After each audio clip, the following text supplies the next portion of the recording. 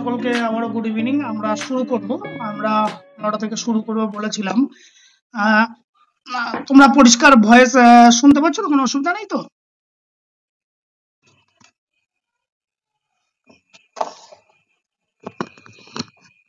কে একজন রেসপন্স করে দাও। ইয়েস স্যার, শোনা যাচ্ছে। ওকে, বেশ। আজকে ক্লাসটা একটু তোমাদের লেন্দি হতে পারে, আমি সবাইকে বলবো, কারণ আজকে টার্গেট আছে পুরো টিচিং মেথডটাকে শেষ করে দেওয়ার। যে দুটো পার্ট আছে টিচিং মেথডের, একটা হচ্ছে তোমাদের কম্পিউটার ওরিয়েন্টেড আর একটা হচ্ছে তোমার টিচিং ওরিয়েন্টেড, যেখানে various types of teaching method ইত্যাদি বিষয়গুলোকে বলা হচ্ছে, তাই একটু সময়টা লেন্দি হতে পারে। তোমরা দেখো, আমি দুটো পার্টেই করেছি। যদি তোমরা চাও তাহলে ফার্স্ট পার্ট শেষ করার পরে আমরা সেকেন্ড পার্ট করবো, আদারওয়াইজ ওখানে স্টপ করবো। আমরা কথা না বাড়িয়ে শুরু করি, বাকি কথা পরে হবে।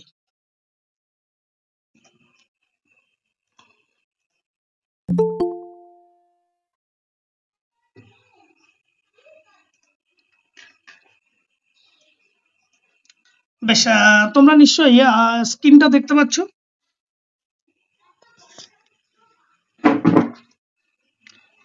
একবার একজন রেসপন্স করে দাও, একটু রেসপন্স করে দাও তো। ইয়েস স্যার, দেখা যাচ্ছে। ওকে, ভেরি গুড। চলো, আজকে আমাদের কথা মতো আমরা ইউনিট 7, যেটা educational technology and method of teaching and ICT, এই ইউনিটটাকে আমরা আজকে বিস্তারিত, আমরা কিছুটা বিস্তারিত ঠিক বলাটা ঠিক হবে না, আমরা জাস্ট সেই যে তোমরা এগুলোকে অলরেডি পড়ে এসছো, সেই তোমাদের পড়া বা তোমাদের ভাবনাগুলোকে আমরা আরেকটু সেটাকে নতুন করে আরেকবার যাচিয়ে নেবো বা আরেকবার ঝালিয়ে নেবো। আমি এখানে এই যে ইউনিট সিলেবাসটাকে ডে 1 এবং ডে 2, কারণ দুদিনে হিসাবে আমি ভাগ করেছিলাম, সেখানে ডে 1 এ দেখেছিলাম মোটামুটি 7টা টপিক, যেটা আছে definition, factors of teaching, types of education, various method of teaching, presentation technique, teaching aid, learning design, classification of students. এই সমস্ত টপিকগুলো তোমরা খুব ভীষণভাবে পরিচিত, কারণ এগুলো একদম বিপিএড এর শুরুতেই তোমাদের এই বিষয়গুলোকে পড়ানো হয় এবং এইগুলো খুব ইজি জিনিস। শুধু জাস্ট সেগুলোকে আরেকবার রিমাইন্ড করা, সেগুলোর সাথে আরেকবার পরিচয় হওয়া। আমরা তাহলে শুরু করি। আমি যেভাবে সাব টপিক 1, 2 করে রেখেছি সেইভাবে আমরা শুরু করি। প্রথমে দেখো, যেটা আছে sub topic 1, definition and factors of teaching. এখন এই definition and factors of teaching জানার আগে সবার আগে জানতে হবে হোয়াট ইজ টিচিং। টিচিংটা কি? দেখো, টিচিং হচ্ছে কি একটা আর্ট বা সায়েন্স, যেটা কোনো একজন শিক্ষক তিনি কি করেন, তার শিক্ষার্থীদের সামনে কোনো একটা বিষয়বস্তুকে উপস্থাপন করে, যাতে শিক্ষার্থীদের মধ্যে সেই বিষয়টা খুব সহজ সরল ভাবে সেই বিষয়টা শিক্ষার্থীদের বোধগম্য হয় এবং শিক্ষার্থীদের যাতে সার্বিক বিকাশ সাধন হয়, সেটাই হচ্ছে টিচিং। সেই কথাটাই লেখা আছে আমাকে এখানে। দেখো, teaching is the process. Teaching কি একটা প্রক্রিয়া, যেটা কি of facilitating learning by guiding, motivating and helping student to acquire knowledge, skill and value and attitude. অর্থাৎ এটা একটা প্রক্রিয়া যার মাধ্যমে কি হয়, শিক্ষার্থীদের মধ্যে তার সামাজিক, বৌদ্ধিক, মানসিক এই দৃষ্টিভঙ্গিগুলোর বিকাশ ঘটে, সেটাই হচ্ছে teaching. Simply it is both art and science, helping the student to grow intellectually, socially and emotionally. সেই কথাগুলো লেখা আছে। অনেক সময় এমসিকিউ আসতে পারে যে teaching is a art or science, তাহলে কিন্তু মাথায় রাখতে হবে teaching is both art and science. কেন আর্ট বলা হচ্ছে আর কেন সায়েন্স বলা হচ্ছে, যদি ছোট্ট এক কথা বলাই। আর্ট হচ্ছে, দেখো, টিচিং করার জন্যই আমরা, এই যে এর পরের পার্টেই আছে, আমরা টিচিং মেথড আমরা অ্যাপ্লাই করব। এখন কিভাবে আমি সেই স্কিলটা শিক্ষার্থীদের সামনে উপস্থাপন করব, সেখানে অ্যাজ এ টিচার তার একটা ক্রিয়েটিভিটি, তার একটা নিজের থিঙ্কিং এবিলিটি, সেটা ডিপেন্ড করে যে আমি ছাত্রদের কাছে এই বিষয়বস্তুটাকে কিভাবে, কোন পদ্ধতির মাধ্যমে উপস্থাপন করব। সেই জন্য এটাকে বলা হচ্ছে আর্ট। সায়েন্স কেন বলা হচ্ছে? কারণ যে পদ্ধতিটাকে তুমি বেছে নেবে, সেই পদ্ধতির কিন্তু স্পেসিফিক টার্মস অ্যান্ড কন্ডিশন আছে, যে কোনটার পরে কোনটা, আগে ওরিয়েন্টেশন না আগে ডেমনস্ট্রেশন না আগে এক্সপ্লেনেশন, বা ডেমনস্ট্রেশন পার্টে কি করা দরকার, এক্সপ্লেনেশন পার্টে কি করা দরকার। এখন সমস্ত কিছু একটা নির্দিষ্ট ক্রাইটেরিয়া বা ক্যারেক্টারিস্টিক্স আছে, যার কারণে টিচিংকে বলা হচ্ছে বোথ আর্ট অ্যান্ড সায়েন্স। তাহলে সিম্পলি আমরা টিচিং কি বললাম? টিচিং একটা প্রসেস যার মাধ্যমে কোনো বিষয়বস্তুকে শিক্ষার্থীদের সামনে উপস্থাপন করা হয়, যার ফলে কি হয়, শিক্ষার্থীদের মানসিক, দৈহিক এবং সামাজিক মূল্যবোধের বিকাশ ঘটে। এখন এই টিচিং এর কতগুলো নেচার অ্যান্ড ক্যারেক্টারিস্টিক্স আছে। নেচার ক্যারেক্টারিস্টিক্স গুলো কি কি? সিম্পল দেখো, টিচিং কে বলা হচ্ছে teaching is a bipolar. Bipolar মানে শিক্ষাদান হলো দুমুখী প্রক্রিয়া। কেন দুমুখী প্রক্রিয়া বলা হচ্ছে? কারণ এই শিক্ষাদান প্রক্রিয়া কিন্তু দুটো মেরুতে নির্ভরশীল। একদিকে হচ্ছে যেমন আইদার স্টুডেন্ট, আর একদিকে হচ্ছে টিচার, সেই জন্য একে বাইপোলার মেথড বলা হচ্ছে। আরেকটা কি হচ্ছে, 2 নম্বর হচ্ছে ডাইনামিক প্রসেস। দেখো টিচিং এমন একটা জিনিস যেটা কন্টিনিউশন ধরে চলতে থাকে, একটা ধারাবাহিক প্রক্রিয়া, একটা চলমান প্রক্রিয়া, যা শিক্ষার্থীদের তাদের নির্দিষ্ট চাহিদা অনুযায়ী কিন্তু সেই প্রসেসগুলো ক্রমশ বদলাতে থাকে। এমন নয় যে কোনো একটা ফিক্সড প্রসেস কিন্তু নয়, এটা কন্টিনিউশন প্রসেস এবং সময়ের পরিপ্রেক্ষিতে, পরিস্থিতির পরিপ্রেক্ষিতে কিন্তু নির্দিষ্ট স্পেসিফিক গোলকে পূর্ণ করার জন্য কিন্তু এই প্রসেসগুলো কন্টিনিউশন চলতে থাকে। এই জন্য একে বলা হচ্ছে ডাইনামিক প্রসেস। গোল ওরিয়েন্টেড অ্যাক্টিভিটি। টিচিং তাহলে কি? গোল ওরিয়েন্টেড মানে কি? টিচিং যেটা নিচ্ছে কোনো একটা নির্দিষ্ট উদ্দেশ্যকে সফল করার জন্যই আমাদের টিচিংটাকে দেওয়া হয়। মানে কোনো একটা নির্দিষ্ট উদ্দেশ্য, যে কোনো একটা বিষয়কে আমরা শেখা বা এই বিষয়টা সম্পর্কে আরো বিস্তারিত জানা, তাহলে একটা কি নির্দিষ্ট অভিমুখে পরিচালিত হচ্ছে, সেই জন্য বলেছে গোল ওরিয়েন্টেড অ্যাক্টিভিটি। আর একটা কি বলেছে? Social activity. শিক্ষাদান হলো একটা সামাজিক প্রক্রিয়া। কেন সামাজিক প্রক্রিয়া? কারণ আমরা হিউম্যান বিইং, আমাদের কি হয়, সমাজের যে বিভিন্ন প্রকার কর্মকাণ্ড আছে বা সমাজের সাথে, পরিবেশের সাথে, এই সোসাইটির সাথে নিজেকে মানিয়ে নেওয়ার জন্য খুব সহজেই টিচিং কিন্তু একটা ভীষণ গুরুত্বপূর্ণ। সেই জন্য বলা হচ্ছে সামাজিক হলো একটা, টিচিং হলো একটা কি সামাজিক প্রক্রিয়া। এখানে দেখো টিচিং একটা বোথ আর্ট অ্যান্ড সায়েন্স। ডিসপ্লেটা দেখা যাচ্ছে না স্যার। হ্যাঁ, বলো একবার।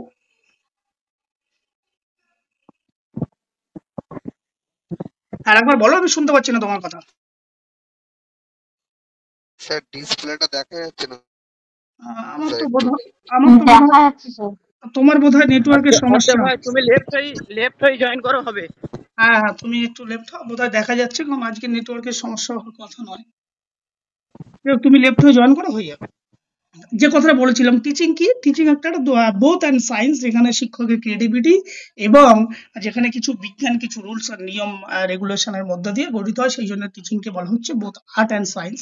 আর একটা বলেছে কি কমিউনিকেশন প্রসেস। শিক্ষাদান হলো পারস্পরিক একটা যোগসূত্র তৈরি করে। কাদের মধ্যে যোগসূত্র তৈরি করে? যেখানে শিক্ষক এবং শিক্ষার্থীদের মধ্যে একটা যোগাযোগ তৈরি করে কোনো একটা পার্টিকুলার বিষয় বা কোনো একটা পার্টিকুলার টপিকের উপর ভিত্তি করে, সেই জন্য বলা হচ্ছে কমিউনিকেশন প্রসেস। আর একটা দেখো গুরুত্বপূর্ণ point, 7 number, modification of behaviour. এই যে আমরা কোনো বিষয় যখন শিক্ষার্থীদের কোনো কিছু শেখাই, শিক্ষার্থীদের মধ্যে কি হয়, তার শিক্ষার্থীদের মধ্যে যে কাঙ্ক্ষিত আচরণ, সেই আচরণগুলো কি হয়, পরিবর্তন হয়। সেই জন্য বলেছে টিচিং কি? টিচিং এর মূল ক্যারেক্টারিস্টিক কি? Modification of behaviour. কাদের বিহেভিয়ার? স্টুডেন্টদের বিহেভিয়ার। লাস্ট যেটা রেখেছি দেখো, teaching is measurable and observable. শিক্ষাদান একটি পরিমাপযোগ্য এবং পর্যবেক্ষণযোগ্য। এই যে আমি কোনো বিষয় তোমাদেরকে যে শেখাচ্ছি, বা তোমরা যখন স্কুল কলেজে বিভিন্ন বিষয় শেখানো হয়, সেখানে কি হয়, সেখানে লাস্টে স্টুডেন্টদের কাছ থেকে ফিডব্যাক নেওয়া হয় বা কোনো একটা এক্সাম নেওয়া হয়, যার ফলে সেই শিক্ষণীয় বিষয়টা কতটা ফলপ্রসূ হলো, সেই বিষয়টা শিক্ষার্থীদের কাছ থেকে জানা। সেই জন্য বলেছে teaching is a measurable and অবজারেবল। এইবার এই যে ফ্যাক্টরস অফ টিচিং, এই শিক্ষক মানে টিচিং এর শিক্ষার কতগুলো উপাদান আছে, সেই উপাদানগুলো কি কি? দেখো, মূল যে উপাদান, টিচিং এর যে মূল উপাদান, সেটা হচ্ছে মূলত 3টি। কারণ টিচিং 3টি বিষয়বস্তুকে কেন্দ্র করে গড়ে ওঠে। এক, শিক্ষক। 2, শিক্ষার্থী। তাহলে এই যে শিক্ষক আর শিক্ষার্থী, এই দুইয়ের মধ্যে সংযোগ স্থাপন কে করবে? কোনো কন্টেন্ট, কোনো বিষয়, কোনো সাবজেক্ট, কোনো টপিক। তাহলে এই যে মূল যে ফ্যাক্টর কিন্তু মাথায় রাখতে হবে 3টে। এছাড়া আমি এখানে আরেকটা ফ্যাক্টর যেটা লিখেছি, সেটা হচ্ছে লার্নিং এনভায়রনমেন্ট, শিক্ষার পরিবেশ। কোনো কোনো সময় শিক্ষার কিন্তু গুণগত মানকে আমরা যদি সঠিক বজায় রাখতে চাই, তাহলে কিন্তু শিক্ষার যে এনভায়রনমেন্ট, সেটাও কিন্তু একটা ভীষণ জরুরি। যদিও বর্তমান দিনে এনভায়রনমেন্ট খুব একটা বিশেষ কার্যকরী না হলেও কিন্তু কোনো কোনো ক্ষেত্রে, শেখার ক্ষেত্রে সেই বিষয়টা কিন্তু এনভায়রনমেন্ট একটা ভীষণভাবে কার্যকারিতা ভূমিকা গ্রহণ করে। সেই কথাগুলো লেখা আছে। এক হচ্ছে টিচার, কারণ টিচার কি করবে, সেই বিষয়টা শিক্ষার্থীর সামনে উপস্থাপন করবে। আর একটা কি হচ্ছে লার্নার, কাদেরকে শেখাবে, শিক্ষার্থীদেরকে শেখাবে। এবার 3 নম্বরে যদি চলে যাই, 4 নম্বর বিষয়বস্তু। এই যে টিচার এবং স্টুডেন্ট, এই দুইয়ের মধ্যে সংযোগ স্থাপন একমাত্র করবে সেটা হচ্ছে কি, কোনো একটা বিষয়বস্তুকে কেন্দ্র করে দুজনের মধ্যে কমিউনিকেশন হবে। আর এই কমিউনিকেশনের মাঝে যেটা দরকার সেটা হচ্ছে শিক্ষার পরিবেশ দরকার।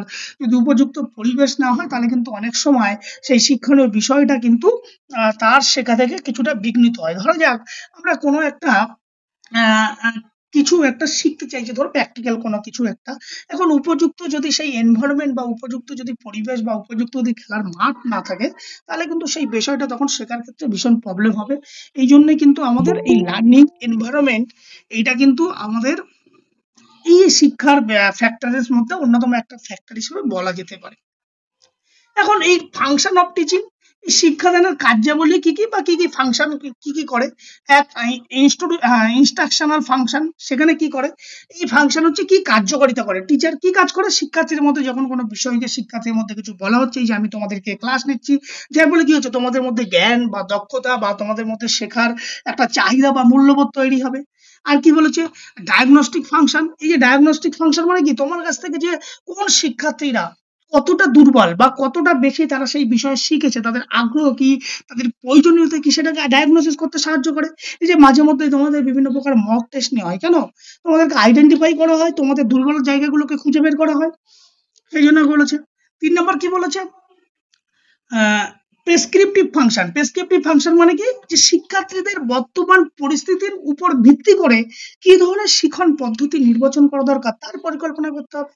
মোটিভেশনাল ফাংশন মানে কি, অলওয়েজ শিক্ষার্থীর মধ্যে এমন ভাবে শিক্ষণীয় বিষয়টাকে উপস্থাপন করা দরকার বা উচিত যাতে শিক্ষার্থীর মধ্যে একটা শেখার প্রতি, সেই জিনিসটা জানার প্রতি শিক্ষার্থীর মধ্যে কি হয়, একটা মোটিভেশন, একটা প্রেরণা, একটা আভ্যন্তরীণ শক্তি যাতে তার মধ্যে জাগ্রত হয়।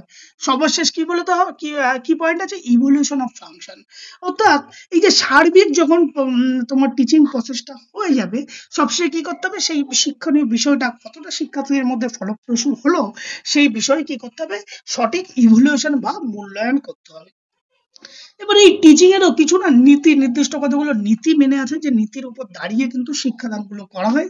সেই প্রিন্সিপাল গুলো কি কি, একটা প্রিন্সিপাল অফ অ্যাক্টিভিটি, অর্থাৎ আমরা যে বিষয়টাকে শেখাবো সবসময় মাথায় রাখতে হবে যাতে সেইটা শিক্ষার্থীদের কোনো একটা নির্দিষ্ট বেস্ট, যাতে করে শিক্ষার্থীরা খুব সহজে সেই বিষয়টাকে শিখতে পারে, সেরকম ভাবে কাজটাকে করতে হবে, যাতে খুব সিম্পল কোনো তারা নিজেরা খেলার ছলে নিজেদের ইচ্ছায় কোনো একটা নির্দিষ্ট পার্টিকুলার কাজের মাধ্যমে যাতে শিক্ষার্থীরা শিখতে পারে সেটাকে মাথায় রাখতে হবে। প্রিন্সিপাল অফ ইন্টারেস্ট, শিক্ষার্থীদের মধ্যে উপযুক্ত ইন্টারেস্ট বা আগ্রহ তাদের মধ্যে তৈরি করতে হবে। প্রিন্সিপাল অফ মোটিভেশন, তাদের মধ্যে উপযুক্ত পেশনা না থাকলে কোনো কাজই করা সম্ভব নয়। পেশনা কি, একটা আভ্যন্তরীণ শক্তি, তাহলে সেই শক্তিটাকে জাগ্রত করতে হবে। আর করতে হবে প্রিন্সিপাল অফ ইন্ডিভিজুয়াল ডিফারেন্স, আমরা জানি দুনিয়ায় দুটো যমজ ব্যক্তি হলো না কেন, প্রত্যেক ব্যক্তির মধ্যে কিছু না কিছু তাদের ডিফারেন্সিয়েশন আছে। এখন এই ইন্ডিভিজুয়াল প্রত্যেকটা ব্যক্তির তাদের ডিফারেন্স, তাদের এজ সেক্স অনুযায়ী তাদের নলেজ, বিষয়ের জ্ঞানের প্রতি ভিত্তি করে শিক্ষাকে আইডেন্টিফাই করতে হবে এবং প্রত্যেক ব্যক্তির জন্য আলাদা কিন্তু শিক্ষণ পদ্ধতি অবলম্বন করতে হবে। প্রিন্সিপাল অফ রিএনফোর্সমেন্ট, রিএনফোর্সমেন্ট মানে কি, তার মধ্যে যে ইতিবাচক শক্তি, সেই ইতিবাচক শক্তিগুলোকে জাগ্রত করতে হবে।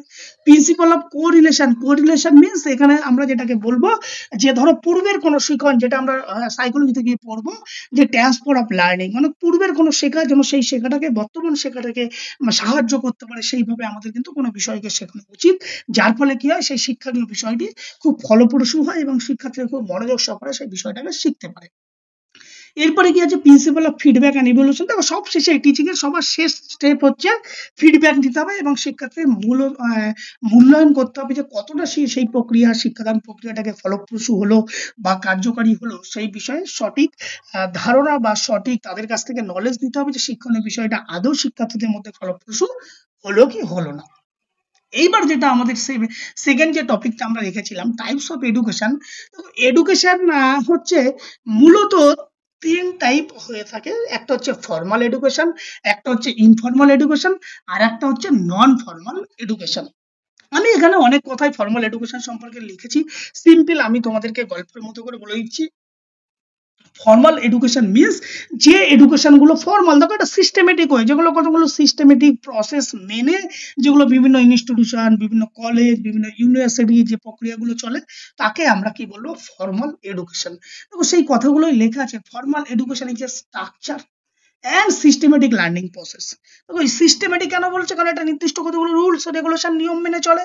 হ্যাঁ, that happens এটা কোথায় ঘটছে in school college university it follow a plan curriculum and deliver by the qualified teacher এইটা তাহলে কি একটা সিস্টেমেটিক প্রসেস যেখানে কি হচ্ছে কোয়ালিফাইড টিচাররা সেই বিষয়বস্তুর উপরে শিক্ষাদান করছে সেটা হচ্ছে ফর্মাল এডুকেশন এবার এই ফর্মাল এডুকেশন ডেফিনেশন আছে আমি কতগুলো বলছি না তাহলে এর কিছু ক্যারেক্টারিস্টিক গুলো আছে সেগুলো বলে দিই ফর্মাল এডুকেশন তাহলে অলরেডি কি বললাম যে একটা সিস্টেমেটিক প্রসেস সেখানে সিস্টেমেটিক প্রসেস মানে কি ফিক্সড কারিকুলাম থাকবে এবং সিলেবাস থাকবে নির্দিষ্ট পাঠ্যক্রম থাকবে হ্যাঁ আর ডেলিভার করবে কারা শিক্ষাদানটা কে করবে বাই কোয়ালিফাইড টিচাররা করবে এ স্পেসিফিক স্টেজ বয়সের বিভিন্ন ধাপ আছে যে আমরা ধরো বিপিএড বা এমপিএড সেখানে একটা বয়সের নির্দিষ্ট ক্যাটাগরি আছে হ্যাঁ সেখানে সার্টিফিকেট বা ডিগ্রি অ্যাওয়ার্ড করা হয় যখন কোর্স শেষ হয়ে যায় আর ক্লাসরুম বেসড লার্নিং তাহলে এমসিকিউ কিন্তু আসতে পারে যে এই যে ফর্মাল নয় দিয়ে দিল কোন ধরনের এডুকেশন নিচের কোনটি ক্লাসরুম বেসড লার্নিং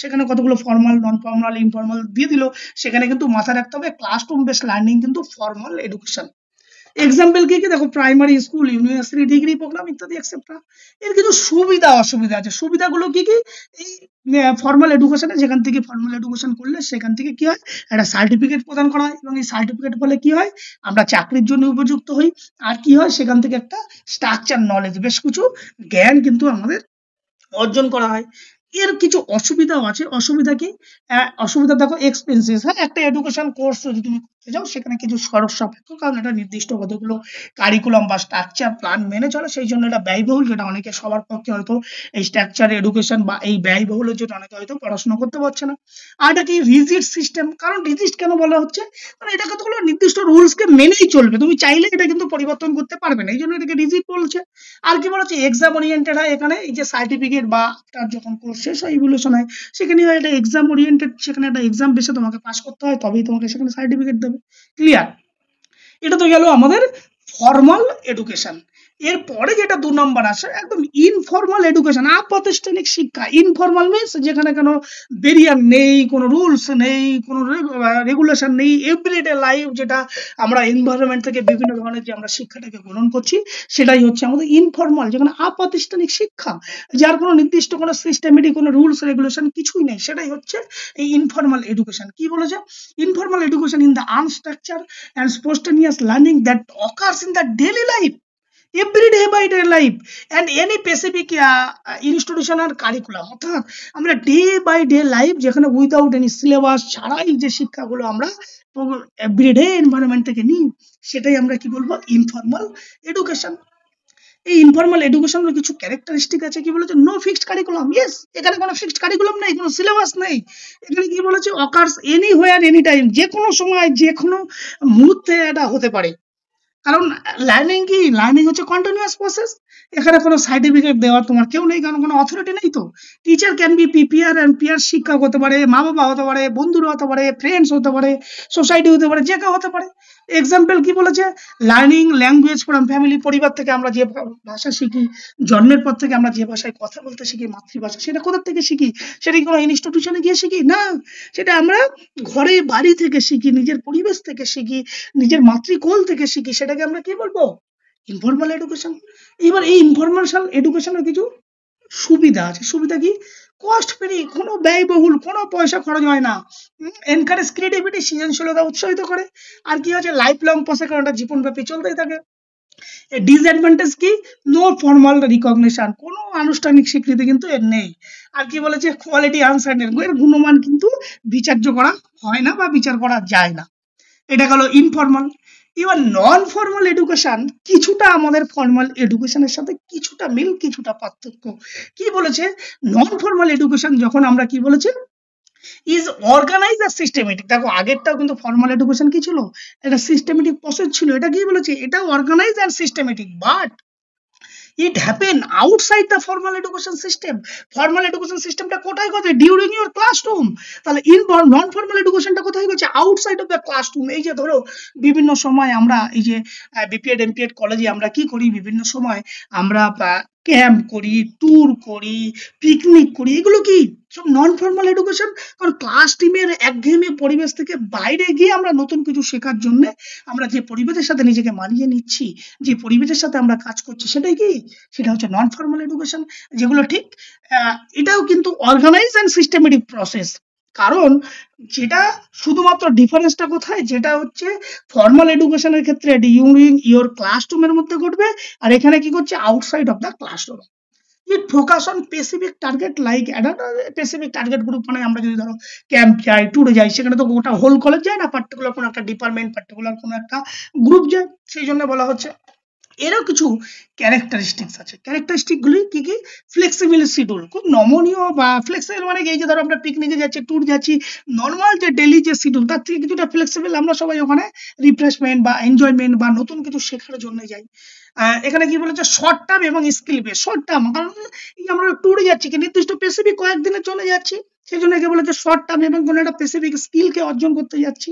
হ্যাঁ, মে or not give any certificate, কখনো কখনো সার্টিফিকেট দেওয়া হতে পারে, নাও দেওয়া হতে পারে। কেন সার্টিফিকেট? যদি আমরা কখনো রক ক্লাইম্বিং এ যাই, তখন কি হয়, কোনো একটা এজেন্সির মাধ্যমে আমরা গেলে কখনো কখনো সেটার মধ্যে সার্টিফিকেট কিন্তু পাওয়া যায়, বা ক্যাম্প ফায়ারের সময় অনেক সময় কিন্তু সেখানে সার্টিফিকেট পাওয়া যেতেও পারে, নাও পাওয়া যেতে পারে।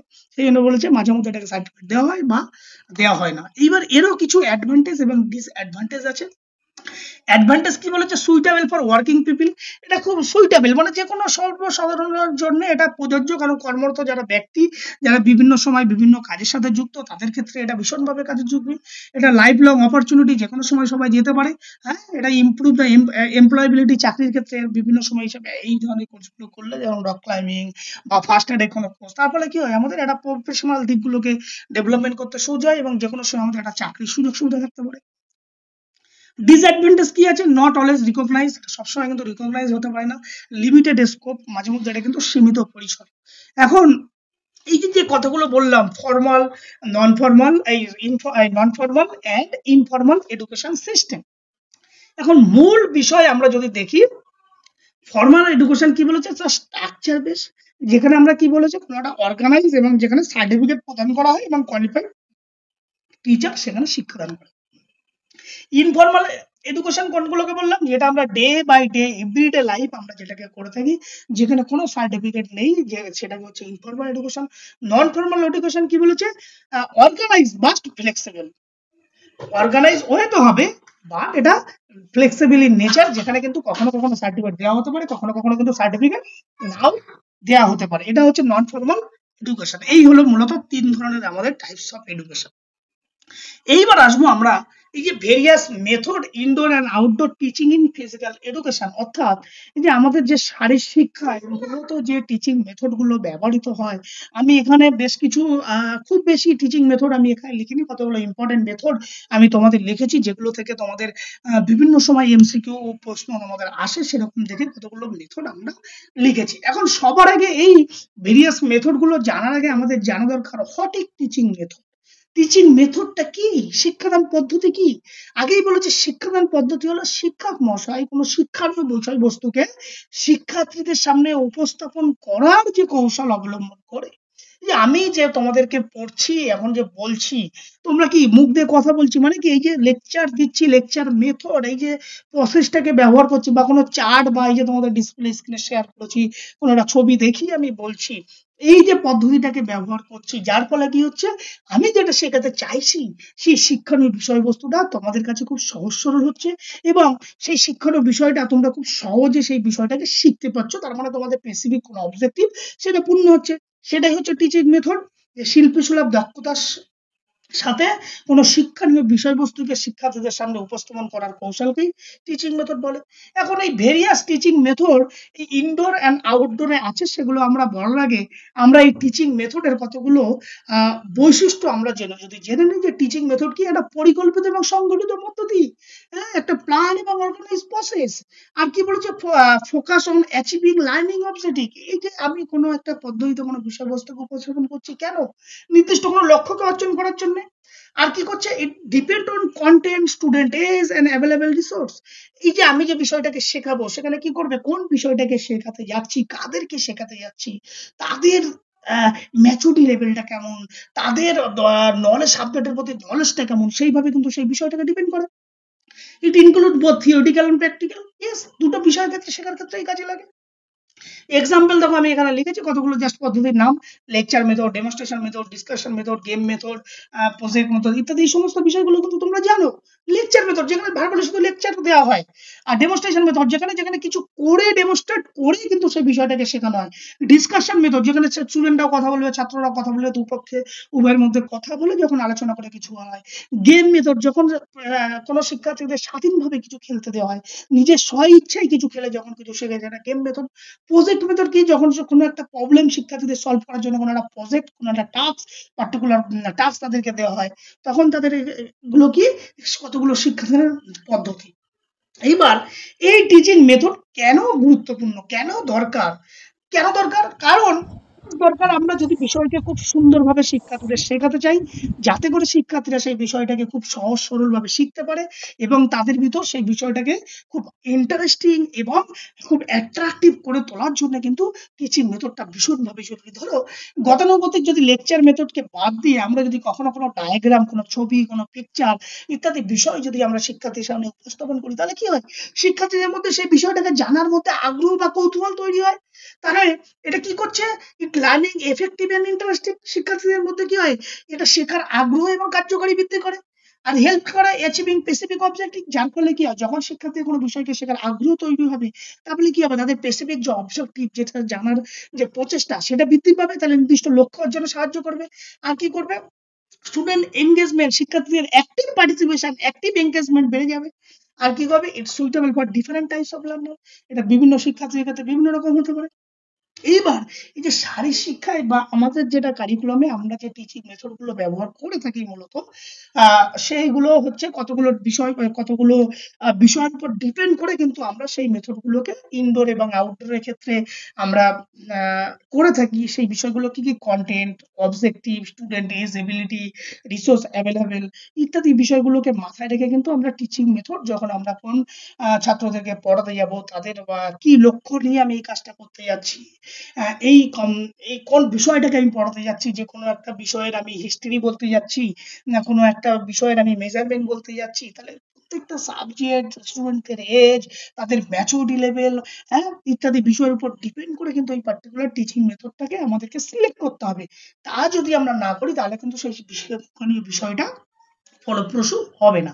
এখন ধরো আমি যদি তোমাদেরকে একটা অ্যাথলেটিক ট্র্যাক সম্পর্কে যদি বলতে চাই, এখন অ্যাথলেটিক ট্র্যাক সম্পর্কে বলতে গিয়ে আমি যদি তোমাদেরকে ডেইলি এরকম লেকচার দিয়ে অ্যাথলেটিক ট্র্যাক সম্পর্কে বলে যাই, সেই শিক্ষণীয় বিষয় থেকে যদি আমি একটা চার্ট বা ডায়াগ্রাম যদি তোমাদেরকে দেখাই, এই দেখো এই যে তোমাদের অ্যাথলেটিক ট্র্যাক 400 মিটার ট্র্যাক এরকম হয়, এটাকে রেস বর্ডার বলে, এটাকে কার্ভ লেন বলে, এটাকে স্ট্রেট লাইন বলে, এই যে এতগুলো 9টা লেন থাকে, এই সম্পর্কে যদি একটা চার্ট বা ডায়াগ্রাম তৈরি দেখাই তোমাদের, তাহলে কি হবে? তোমাদের মধ্যে একটা জানার কৌতূহল পড়বে, শেখার আগ্রহ পড়বে, যার ফলে কি সেই বিষয়টাকে খুব সহজে তোমরা শিখতে পারবে। তাহলে এই যে টিচিং মেথড কিন্তু কোনো বিষয়ের ক্ষেত্রে ভীষণ গুরুত্বপূর্ণ। এখন এই যে আমাদের যে সিলেবাস আছে ইনডোর মেথড এবং আউটডোর মেথড।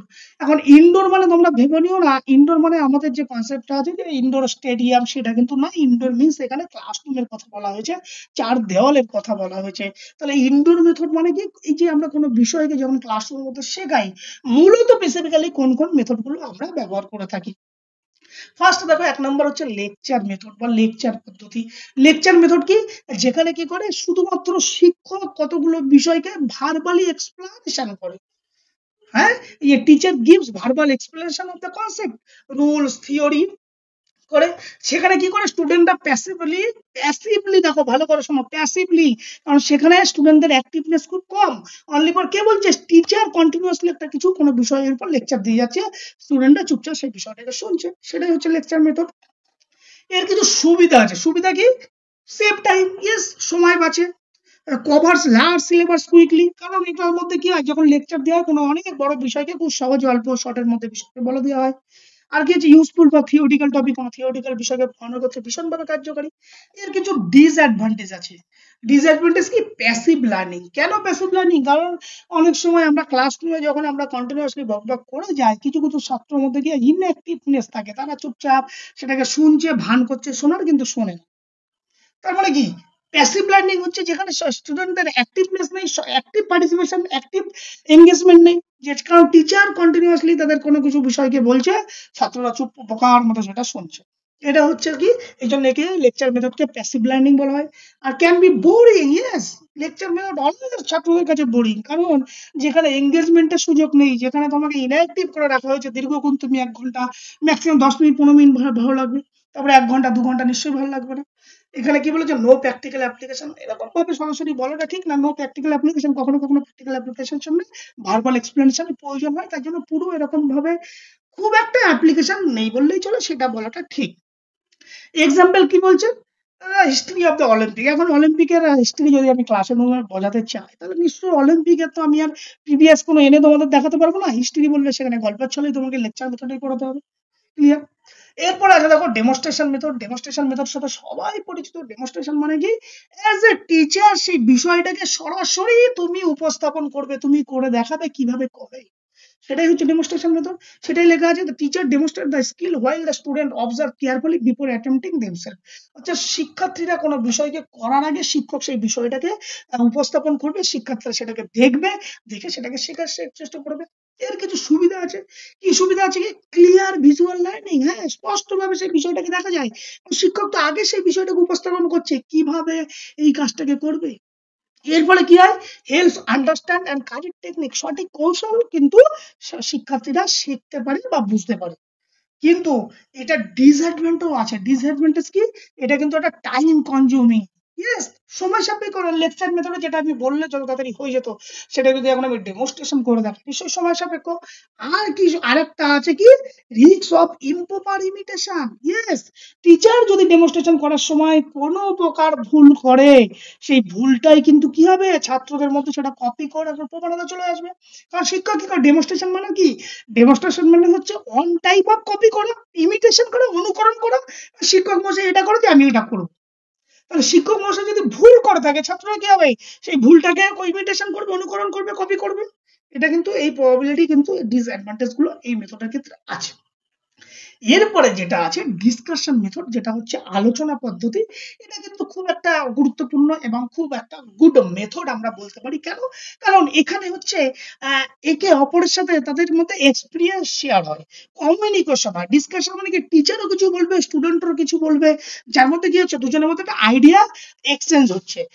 সেটাই বলা যায়, দেখো, teacher and student exchange idea and discuss their topic together. দুজনে মিলে কোনো একটা বিষয়কে সমস্যার সমাধান করার জন্য আলোচনা করবে। এখন এর কিছু অ্যাডভান্টেজ গুলো কি আছে, এর ফলে কি হবে, ডেভেলপ ক্রিটিক্যাল থিঙ্কিং, হ্যাঁ, শিক্ষার্থীদের মধ্যে একটা ক্রিটিক্যাল থিঙ্কিং, তাদের সমালোচনামূলক চিন্তা ভাবনা তাদের মধ্যে গড়ে উঠবে।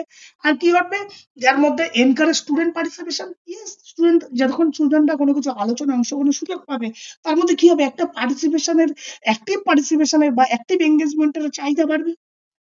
আর কি হবে, ইমপ্রুভ কমিউনিকেশন, ইয়েস, যখন আলোচনা হবে, একে অপরের সাথে কমিউনিকেট করবে, এক্সপিরিয়েন্স শেয়ার করবে, তখন কি হবে, অলওয়েজ কমিউনিকেশন স্কিল বাড়বে। কিন্তু এর কিছু ডিসঅ্যাডভান্টেজ আছে।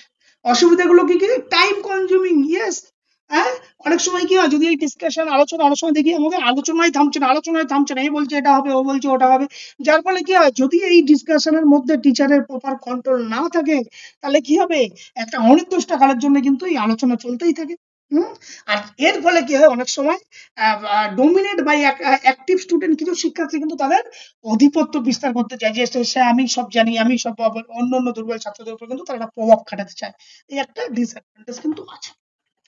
প্রজেক্ট মেথড, হ্যাঁ, প্রজেক্ট মেথড বর্তমান দিনে শিক্ষার্থীদের জন্য খুবই কিন্তু গুরুত্বপূর্ণ। যেখানে কি হয়, যে শিক্ষার্থীদের কি হয়, কোনো একটা অ্যাসাইনমেন্ট, কোনো একটা স্পেসিফিক পার্টিকুলার টাস্ক কিন্তু একটা স্টুডেন্ট, একটা টিচারের গাইডেন্সে শিক্ষার্থীর উপর দেওয়া হয়। শিক্ষার্থীরা কি করে, সেই বিষয় নিয়ে কিন্তু একটা নতুন করে একটা প্রজেক্ট বা নতুন করে একটা পরিকল্পনা তৈরি করে। এখন এই যে প্রজেক্ট মেথড, যেটা বর্তমান দিনে কিন্তু মডার্ন এডুকেশন সিস্টেমে ভীষণভাবে গুরুত্বপূর্ণ, এবং এর কিছু অ্যাডভান্টেজ আছে, যেটা কি, এই প্রজেক্ট মেথডে কি হয়, শিক্ষার্থীরা খুব একদম ইন্ডিপেন্ডেন্টলি কিন্তু স্বাধীনভাবে কিন্তু তারা কিছু নতুন কিছু শেখার একটা চেষ্টা করে, যার ফলে তাদের মধ্যে কি হয়, ইমপ্রুভ রিসার্চ স্কিল। রিসার্চ মানে কি, এটা নতুন কিছু তার মধ্যে যখন শিখছে, স্বাধীনভাবে কোনো কিছু শিখছে, তার ভিতরে কিন্তু জানার কৌশল কিন্তু বৃদ্ধি হয়।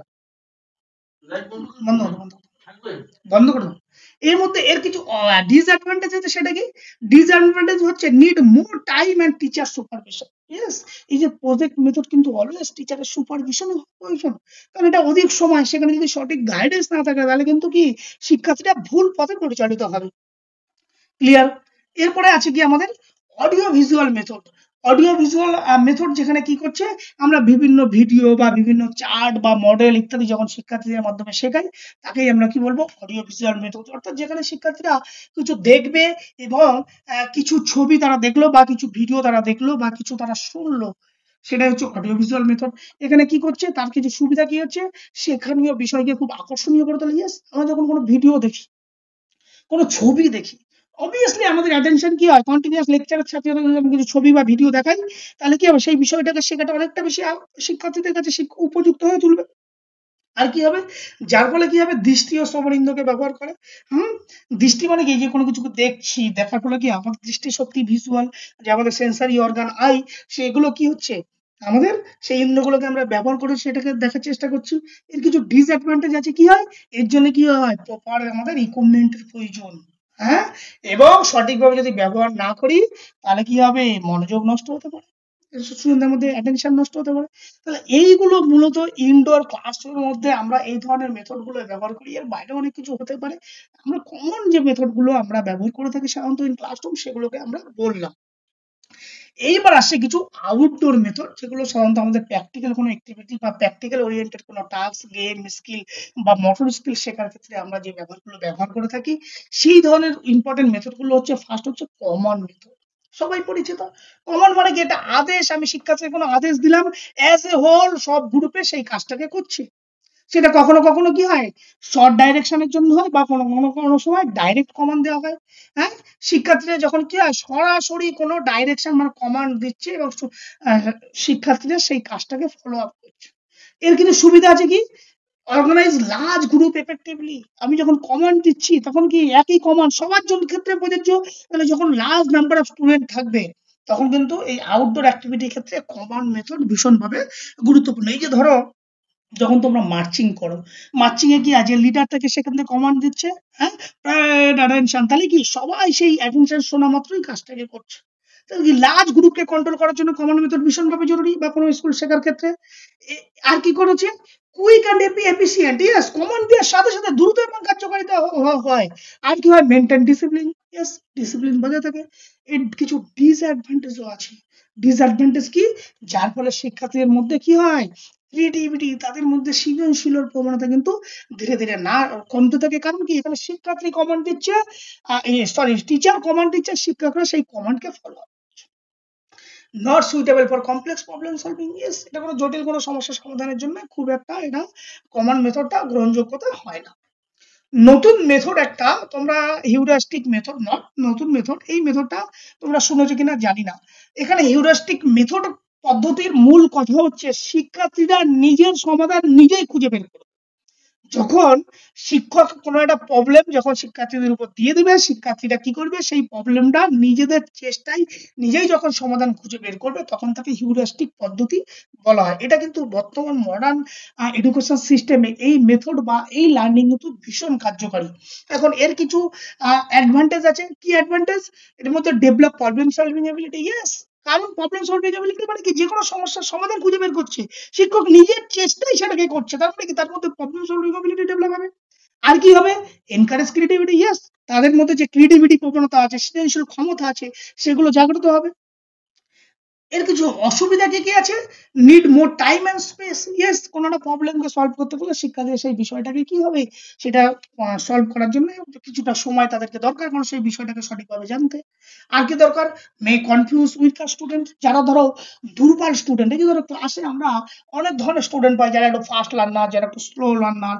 ফাস্ট লার্নার যারা একটু অ্যাডভান্স লেভেলে, তাদের কাছে কি এই মেথডটা কিন্তু ভীষণ কার্যকরী। কিন্তু যারা একটু দুর্বল প্রকৃতির, যাদের শেখার ধরন প্রক্রিয়াটা একটু ধীর গতিতে হয়, তাদের ক্ষেত্রে কিন্তু অনেক সময় তারা এই ধরনের মেথড যখন টিচার যখন শিক্ষার্থীদের উপর প্রয়োগ করে, তারা কিন্তু ভীষণ কনফিউশন হয়ে যায়, কারণ এই ধরনের মেথড পাওয়ার পর। এরপরে আছে আরেকটা হচ্ছে রেসিপ্রোকাল পদ্ধতি। রেসিপ্রোকাল পদ্ধতি মানে কি, এখানে শিক্ষার্থীরা কতগুলো গ্রুপ তৈরি করে, হ্যাঁ, কতগুলো পেয়ার তৈরি করে, এবং যে পেয়ারের মধ্যে আমরা কি করি, একজন সেই কৌশলটাকে করে, বাকিরা কি করে সেখানে সেই কৌশলটাকে ভালোভাবে পর্যবেক্ষণ করে। এটা অনেক সময় এই যে টিম টিচিং, আমরা অনেক সময় টিম টিচিং এর ক্ষেত্রে এটা মূলত ব্যবহৃত হয়। তোমরা টিম টিচিং নিশ্চয়ই বিপিএড এ পড়ে এসছো। আর সেখানে কি হচ্ছে, শিক্ষার্থীরা কতগুলো পেয়ার বা কতগুলো কাপেল বা কতগুলো গ্রুপ তৈরি করে দিল, প্রত্যেকটা গ্রুপের একটা করে টাস্ক দিয়ে দিল। যখন সেই টাস্কটা তারা ফলো করে, অন্য গ্রুপের পার্টিসিপেন্টরা তারা কি করে, সেটাকে ভালোভাবে অবজার্ভ করে। এর ফলে কি হয়, সহপাঠীদের কাছ থেকে খুব সহজে শেখা যায়। হ্যাঁ, এর ফলে কি হয়, পর্যবেক্ষণ ক্ষমতা বাড়ে। আর ডিসঅ্যাডভান্টেজ কি, হ্যাঁ, ঠিকভাবে যদি সঠিক ফিডব্যাক না পাওয়া যায় তাহলে সেই ভুলটা ভুলই থাকা যাবে। হ্যাঁ, আর রিকোয়ার কি করবে, প্রপার টিচার মনিটরিং, টিচারের যথেষ্ট মনিটরিং হওয়া প্রয়োজন। এরপরে আছে গেম মেথড। গেম মেথডকে বলা হয় অনেক সময় নিজ ইচ্ছা পদ্ধতি বা অ্যাট উইল মেথড। এখানে কি বলেছে, খেলাধুলার মাধ্যমে শেখা, নিজের ইচ্ছার মাধ্যমে শেখা, নিজের ইচ্ছা থেকে সেটাকে করা, যেমন ফান অ্যান্ড মোটিভেট, শিক্ষার্থীদের মজার ছলে কোনো কিছুকে শেখা, প্রমোট করে টিম ওয়ার্ক, দলগত কাজের মানসিকতা তৈরি হওয়া। ডিসঅ্যাডভান্টেজ কি, এখানে ব্যক্তিগত ত্রুটি সংশোধন কম হয়, কারণ এখানে কি স্ব ইচ্ছায় স্টুডেন্টরা নিজের ইচ্ছায় কিছু করছে। এখানে কি দরকার, less attention to individual correction, কারণ এখানে নিজের ইচ্ছায় যখন করছে, বিগিনারদের মধ্যে যে ভুলটা থেকে যাবে সেই ভুলটা কিন্তু আর সংশোধন করা সম্ভব হবে না। ক্লিয়ার? এরপর দেখো আরেকটা নতুন টার্ম যেটা তোমরা শুনেছো নিশ্চয়ই, সার্কিট ট্রেনিং শুনেছো। সার্কিট ট্রেনিং মেথড ঠিক সার্কিট ট্রেনিং এর মতো স্পোর্টস ট্রেনিং এ এখানে কি করতে হয়, বিভিন্ন স্টেশনে বিভিন্ন ব্যায়ামগুলোকে ভাগ করে দেওয়া হয় এবং শিক্ষার্থীরা যেমন সার্কিট ট্রেনিং সেও যে বিভিন্ন মাল্টিপল এক্সারসাইজ একটা বিভিন্ন ভ্যারাইটিস অফ স্টেশনে করা হয়েছে, সেখানে শিক্ষার্থী একটা স্টেশন শেষ করার পর আরেকটা স্টেশনে গিয়ে শেখে, তখন তাকে আমরা বলা হয় সার্কিট ট্রেনিং মেথড। এর কিছু অ্যাডভান্টেজ কি, ইমপ্রুভ অলরাউন্ড ফিটনেস, একটা নির্দিষ্ট সময়ের মধ্যে সমস্ত রকম বিকাশ ঘটানো সম্ভব, কিপ স্টুডেন্ট অ্যাক্টিভ, সমস্ত স্টুডেন্টদেরকে অ্যাক্টিভ রাখা সম্ভব হয়। ডিসঅ্যাডভান্টেজ কি, হ্যাঁ, disadvantage need careful planning and space, এর জন্য অনেকটা জায়গা দরকার এবং সঠিক প্ল্যানিং দরকার। Risk of fatigue of overdone, risk of fatigue, এর ফলে দীর্ঘক্ষণ ধরে কাজ চলবে, অনেকগুলো অ্যাক্টিভিটি করবে, যার ফলে কি শিক্ষার্থীর মধ্যে একটা ফ্যাটিক আসার প্রবণতা থাকতে পারে। ক্লিয়ার? এইবার এর আর একটা মেথড আছে অ্যাসাইনমেন্ট পদ্ধতি, তোমরা নিশ্চয়ই এর সাথে পরিচিত। অ্যাসাইনমেন্ট পদ্ধতি মানে কি, স্বাধীনভাবে কাজ করার জন্য নির্দিষ্ট কোনো কাজ শিক্ষার্থীর মধ্যে দেওয়া, যে তোমরা একটা টপিকের উপরে এই করে অ্যাসাইনমেন্ট করে নিয়ে আসো। সেখানে কি করবে, শিক্ষার্থীদের নিজের ইচ্ছায় সেই বিষয়টাকে নিজের মতো করে সুন্দর করে কিছু করে নিয়ে আসবে। তারও কিছু সুবিধা অসুবিধা আছে, কি, develop responsibility, encourage habit formation, useful practice outside the class. আর এর ডিসঅ্যাডভান্টেজ কি, require self discipline, difficult to monitor the student progress. Clear? এই হলো মূলত আমাদের যে টিচিং মেথড গুলো আমরা ব্যবহার করি। এছাড়া অনেক মেথড আছে, মূলত এগুলো থেকে বেশ কিছু এমসিকিউ মাঝে মধ্যে দুই একবার এসেছে ডেমনস্ট্রেশন মেথড নিয়ে। এখন তোমাদেরকে একটা ছোট্ট আমি একটা প্রশ্ন বলি, এই যে যখন আমরা লেসন প্ল্যান পড়াতে গিয়ে যদিও বলবো, যখন আমরা লেসন প্ল্যান করি সেখানে আমরা বারবার বলি যে হোল পার্ট হোল মেথড। এখন এই যে হোল পার্ট হোল মেথড, তাহলে কি করছি, ফার্স্ট কোনো মেথডটাকে আমরা কি করছি, সেটাকে হোল মেথডে আমরা শেখাচ্ছি, পুরো মেথডটাকে ডেমনস্ট্রেশন করলাম, তারপরে সেটাকে পার্ট বাই পার্ট আমরা মেথডে আমরা যাই। তো তোমরা কি বলতে পারবে এমন একটা মেথড বা এমন একটা টেকনিক যেখানে সেই টেকনিকটাকে পার্ট বাই পার্টে ভাঙা যায় না, যেখানে হোল মেথডে সেটাকে করানো হয়, এমন একটা টেকনিক তোমরা কি বলতে পারবে? আছো কেউ বলতে পারে, বলো।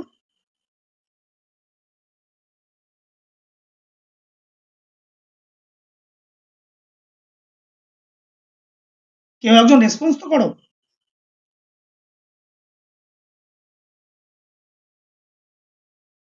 স্যার মার্চ পাস্ট হবে? মার্চ পাস্টে গিয়ে তুমি হোল পার্ট হোল মেথড সেটাকে ভেঙে ভেঙে দেখাতে পারো না, যে স্টার্স এক্সিকিউশন ফলো থ্রু বা পড়ানো যাবে। এমন কোন একটা টেকনিক যেখানে জিমন্যাস্টিক স্যার বলছি, লং জাম্প। লং জাম্পে বলো। হ্যাঁ, লং জাম্প হতে পারে স্যার। হ্যাঁ, লং জাম্পের যে পদ্ধতিগুলো রয়েছে। বেশ কিছুটা কাছাকাছি গেছো, কোন পদ্ধতি, কাবাডি। কোন ফেজটাকে গেছো লং জাম্পের বলো তো? কাপ টেক অফ না আপনার take off? Take off. Take off কেন, টেক অফ কি তুমি সেটাকে দেখাতে পারবে না? টেক অফের পরে। টেক অফের পরে স্টেজ, টেক অফের পরে ফ্লাইং ফেজ যেটা থাকে, ল্যান্ডিং। হ্যাঁ, ফ্লাইং ফেজ, সেটাকে কি তুমি পার্ট বাই পার্টে ভাঙতে পারবে? এই প্রশ্নটা কিন্তু অনেক সময় ইন্টারভিউতে জিজ্ঞাসা করে, অনেক সময় পরীক্ষায় আসে। তারপরে জিমন্যাস্টিক্সে হবে, হাই জাম্পে হবে, সুইমিং এর পোল ভল্টের ক্ষেত্রে হবে, সুইমিং এর ক্ষেত্রে হবে। ক্লিয়ার? চলো বেশ, আমরা এরপরে আরেকটা যেটা টপিক নাম্বার 4 প্রেজেন্টেশন টেকনিক বা উপস্থাপন কৌশল, মানে এতক্ষণ আমরা টিচিং পড়লাম, টিচিং এর টাইপস পড়লাম, মেথড পড়লাম। এইবার আমরা আসবো কোনো বিষয়কে উপস্থাপন করতে গেলে আমাদের তার কতগুলো পদ্ধতি আছে, কিভাবে কি কি স্টেপ ফলো করার পরে কোনো বিষয়কে আমরা সঠিকভাবে উপস্থাপন করি। এখন তোমার আগে জানতে হবে প্রেজেন্টেশন টেকনিকটা কি কি। প্রেজেন্টেশন টেকনিক হচ্ছে একটা প্ল্যান এবং একটা সিস্টেমেটিক প্রসেস। এটা প্ল্যান যেখানে কতগুলো প্ল্যান করা হয় এবং কতগুলো সিস্টেমেটিক পদ্ধতি মেনে করা হয়। আর কি পদ্ধতি করে, এই দেখো, presentation technique is a plan and systematic process used by teacher. Teacher use করবে কিসের প্রতি, to introduce demonstration and explain in a skill concept topic effective way student can observe understand and perform it correctly. অর্থাৎ presentation technique হলো একটা পরিকল্পিত পদ্ধতি যেখানে কি করছে, শিক্ষার্থীরা কোনো নতুন বিষয় কিছু শেখে এবং সেই শিক্ষণীয় বিষয়টাকে আরো সুন্দরভাবে সঠিকভাবে যাতে শিক্ষার্থীদের কাছে উপস্থাপন করা যায় তারই একটা পদ্ধতি। এখন এই প্রেজেন্টেশন টেকনিক এর কতগুলো পার্ট আছে। মূলত প্রেজেন্টেশন টেকনিক 2 পার্টস, এক হচ্ছে প্ল্যানিং, 2 হচ্ছে প্রেজেন্টেশন। তাহলে দেখো প্রেজেন্টেশন টেকনিক বেসিক্যালি 2 পার্টস, এক হচ্ছে প্ল্যানিং, 2 হচ্ছে প্রেজেন্টেশন। প্ল্যানিং কি, দেখো আমরা কোনো কাজ যদি আমরা যখন করতে চাই, যে কোনো কাজ, এনিথিং, যে কোনো কাজ আমরা করতে চাই, সঠিক প্ল্যানিং থাকা দরকার, পরিকল্পনা থাকা দরকার। এখন উইদাউট প্ল্যানিং যদি আমরা কোনো কাজ আমরা যখন করি, সেই কাজ কিন্তু কখনো সঠিকভাবে বা সুস্থভাবে কিন্তু আমরা করতে পারবো না। প্রত্যেকটা স্টেপ, প্রত্যেকটা ধাপ মেনে কিন্তু আমাদের কাজ করা দরকার যদি সেই কাজগুলোকে আমরা সঠিকভাবে আমরা করতে পারি। এখন এই প্ল্যানিং আবার 2 প্রকার, কি কি, একটা হচ্ছে পার্সোনাল প্ল্যানিং আর একটা হচ্ছে টেকনিক্যাল প্ল্যানিং। পার্সোনাল প্ল্যানিং মানে কি, কোনো বিষয়কে উপস্থাপন করার আগে শিক্ষকের ব্যক্তিগত কিছু পরিকল্পনা করা দরকার। সেগুলো কি কি, নলেজ অফ দ্য টপিক, যে বিষয় শিক্ষক বিষয় উপস্থাপন করবে সেই বিষয়ের প্রতি যেন যথেষ্ট জ্ঞান তার মধ্যে থাকে, যাতে সেই বিষয়টাকে খুব সুন্দরভাবে, খুব সহজভাবে যাতে শিক্ষার্থীর মধ্যে উপস্থাপন করতে পারে। 2, ফিজিক্যাল রেডিনেস অ্যান্ড ফিটনেস, শিক্ষার্থীরা যেন সেই বিষয়টাকে উপস্থাপন করার জন্য ফিজিক্যালি যেন প্রস্তুত থাকে, যেন সক্রিয় থাকে।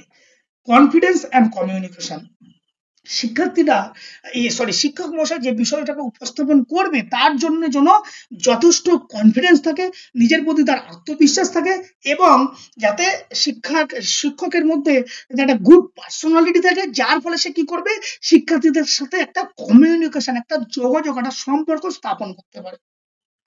আর কি করতে হবে, গ্রুমিং অ্যান্ড অ্যাপিয়ারেন্স, এটা পার্সোনালিটির মধ্যে আছে, গুড পার্সোনালিটি। এই হলো কোনো বিষয়কে উপস্থাপন করার আগে শিক্ষকের ব্যক্তিগত প্রস্তুতি। টেকনিক্যাল প্রিপারেশনের মধ্যে কি হবে, টেকনিক্যাল প্রিপারেশনের মধ্যে হচ্ছে যদি আমি কোনো শিক্ষণীয় বিষয় উপস্থাপন করার জন্য কোনো টিচিং এইডস আমরা ব্যবহার করি, সেই টিচিং এইডস সম্পর্কে সেটা যদি সঠিকভাবে পরিচালনা, সেটা ঠিক মতো কাজ করছে কিনা, সেটা ঠিক জায়গায় আছে কিনা, সেই সম্পর্কে কিন্তু সঠিক ধারণা আমার আগে থেকে নিতে হবে, বা সঠিক যোগাযোগ কিন্তু বা সঠিক দেখভাল কিন্তু আগে থেকে করতে হবে যে টিচিং মেথডটা, টিচিং এডসটা ঠিক মতো কাজ করছে কিনা, টিচিং এডসটা কোথায় আছে, সেটা কি পরিচালন যোগ্য কিনা ইত্যাদি। আর সিলেক্টিভ টিচিং এইডস, কি মেথড আমি ইউজ করব, কি মেথড বলে কি উপকরণ, কি টিচিং এইডস আমি ব্যবহার করব, সেই সম্পর্কে কিন্তু সেই বিষয়, কোন বিষয় পড়াচ্ছি তার জন্য কোন ধরনের টিচিং এইডস ছাত্রছাত্রীর জন্য উপযোগী হবে সেই বিষয়ে কিন্তু সঠিক ধারণা রাখতে হবে। আর কি করতে হবে, শিক্ষার্থীদের দলবদ্ধ করা, অর্গানাইজ স্টুডেন্ট ইনটু গ্রুপ। শিক্ষার্থীরা অনেক সময় কি হয়, বিচ্ছিন্ন আকারে থাকে, সেই শিক্ষার্থীদের মধ্যে তাদের ভিতর মোটিভেশন গুলো, তাদের মধ্যে একটা নির্দিষ্ট সংঘবদ্ধ বা দলবদ্ধ তাদের মধ্যে তৈরি করতে হবে।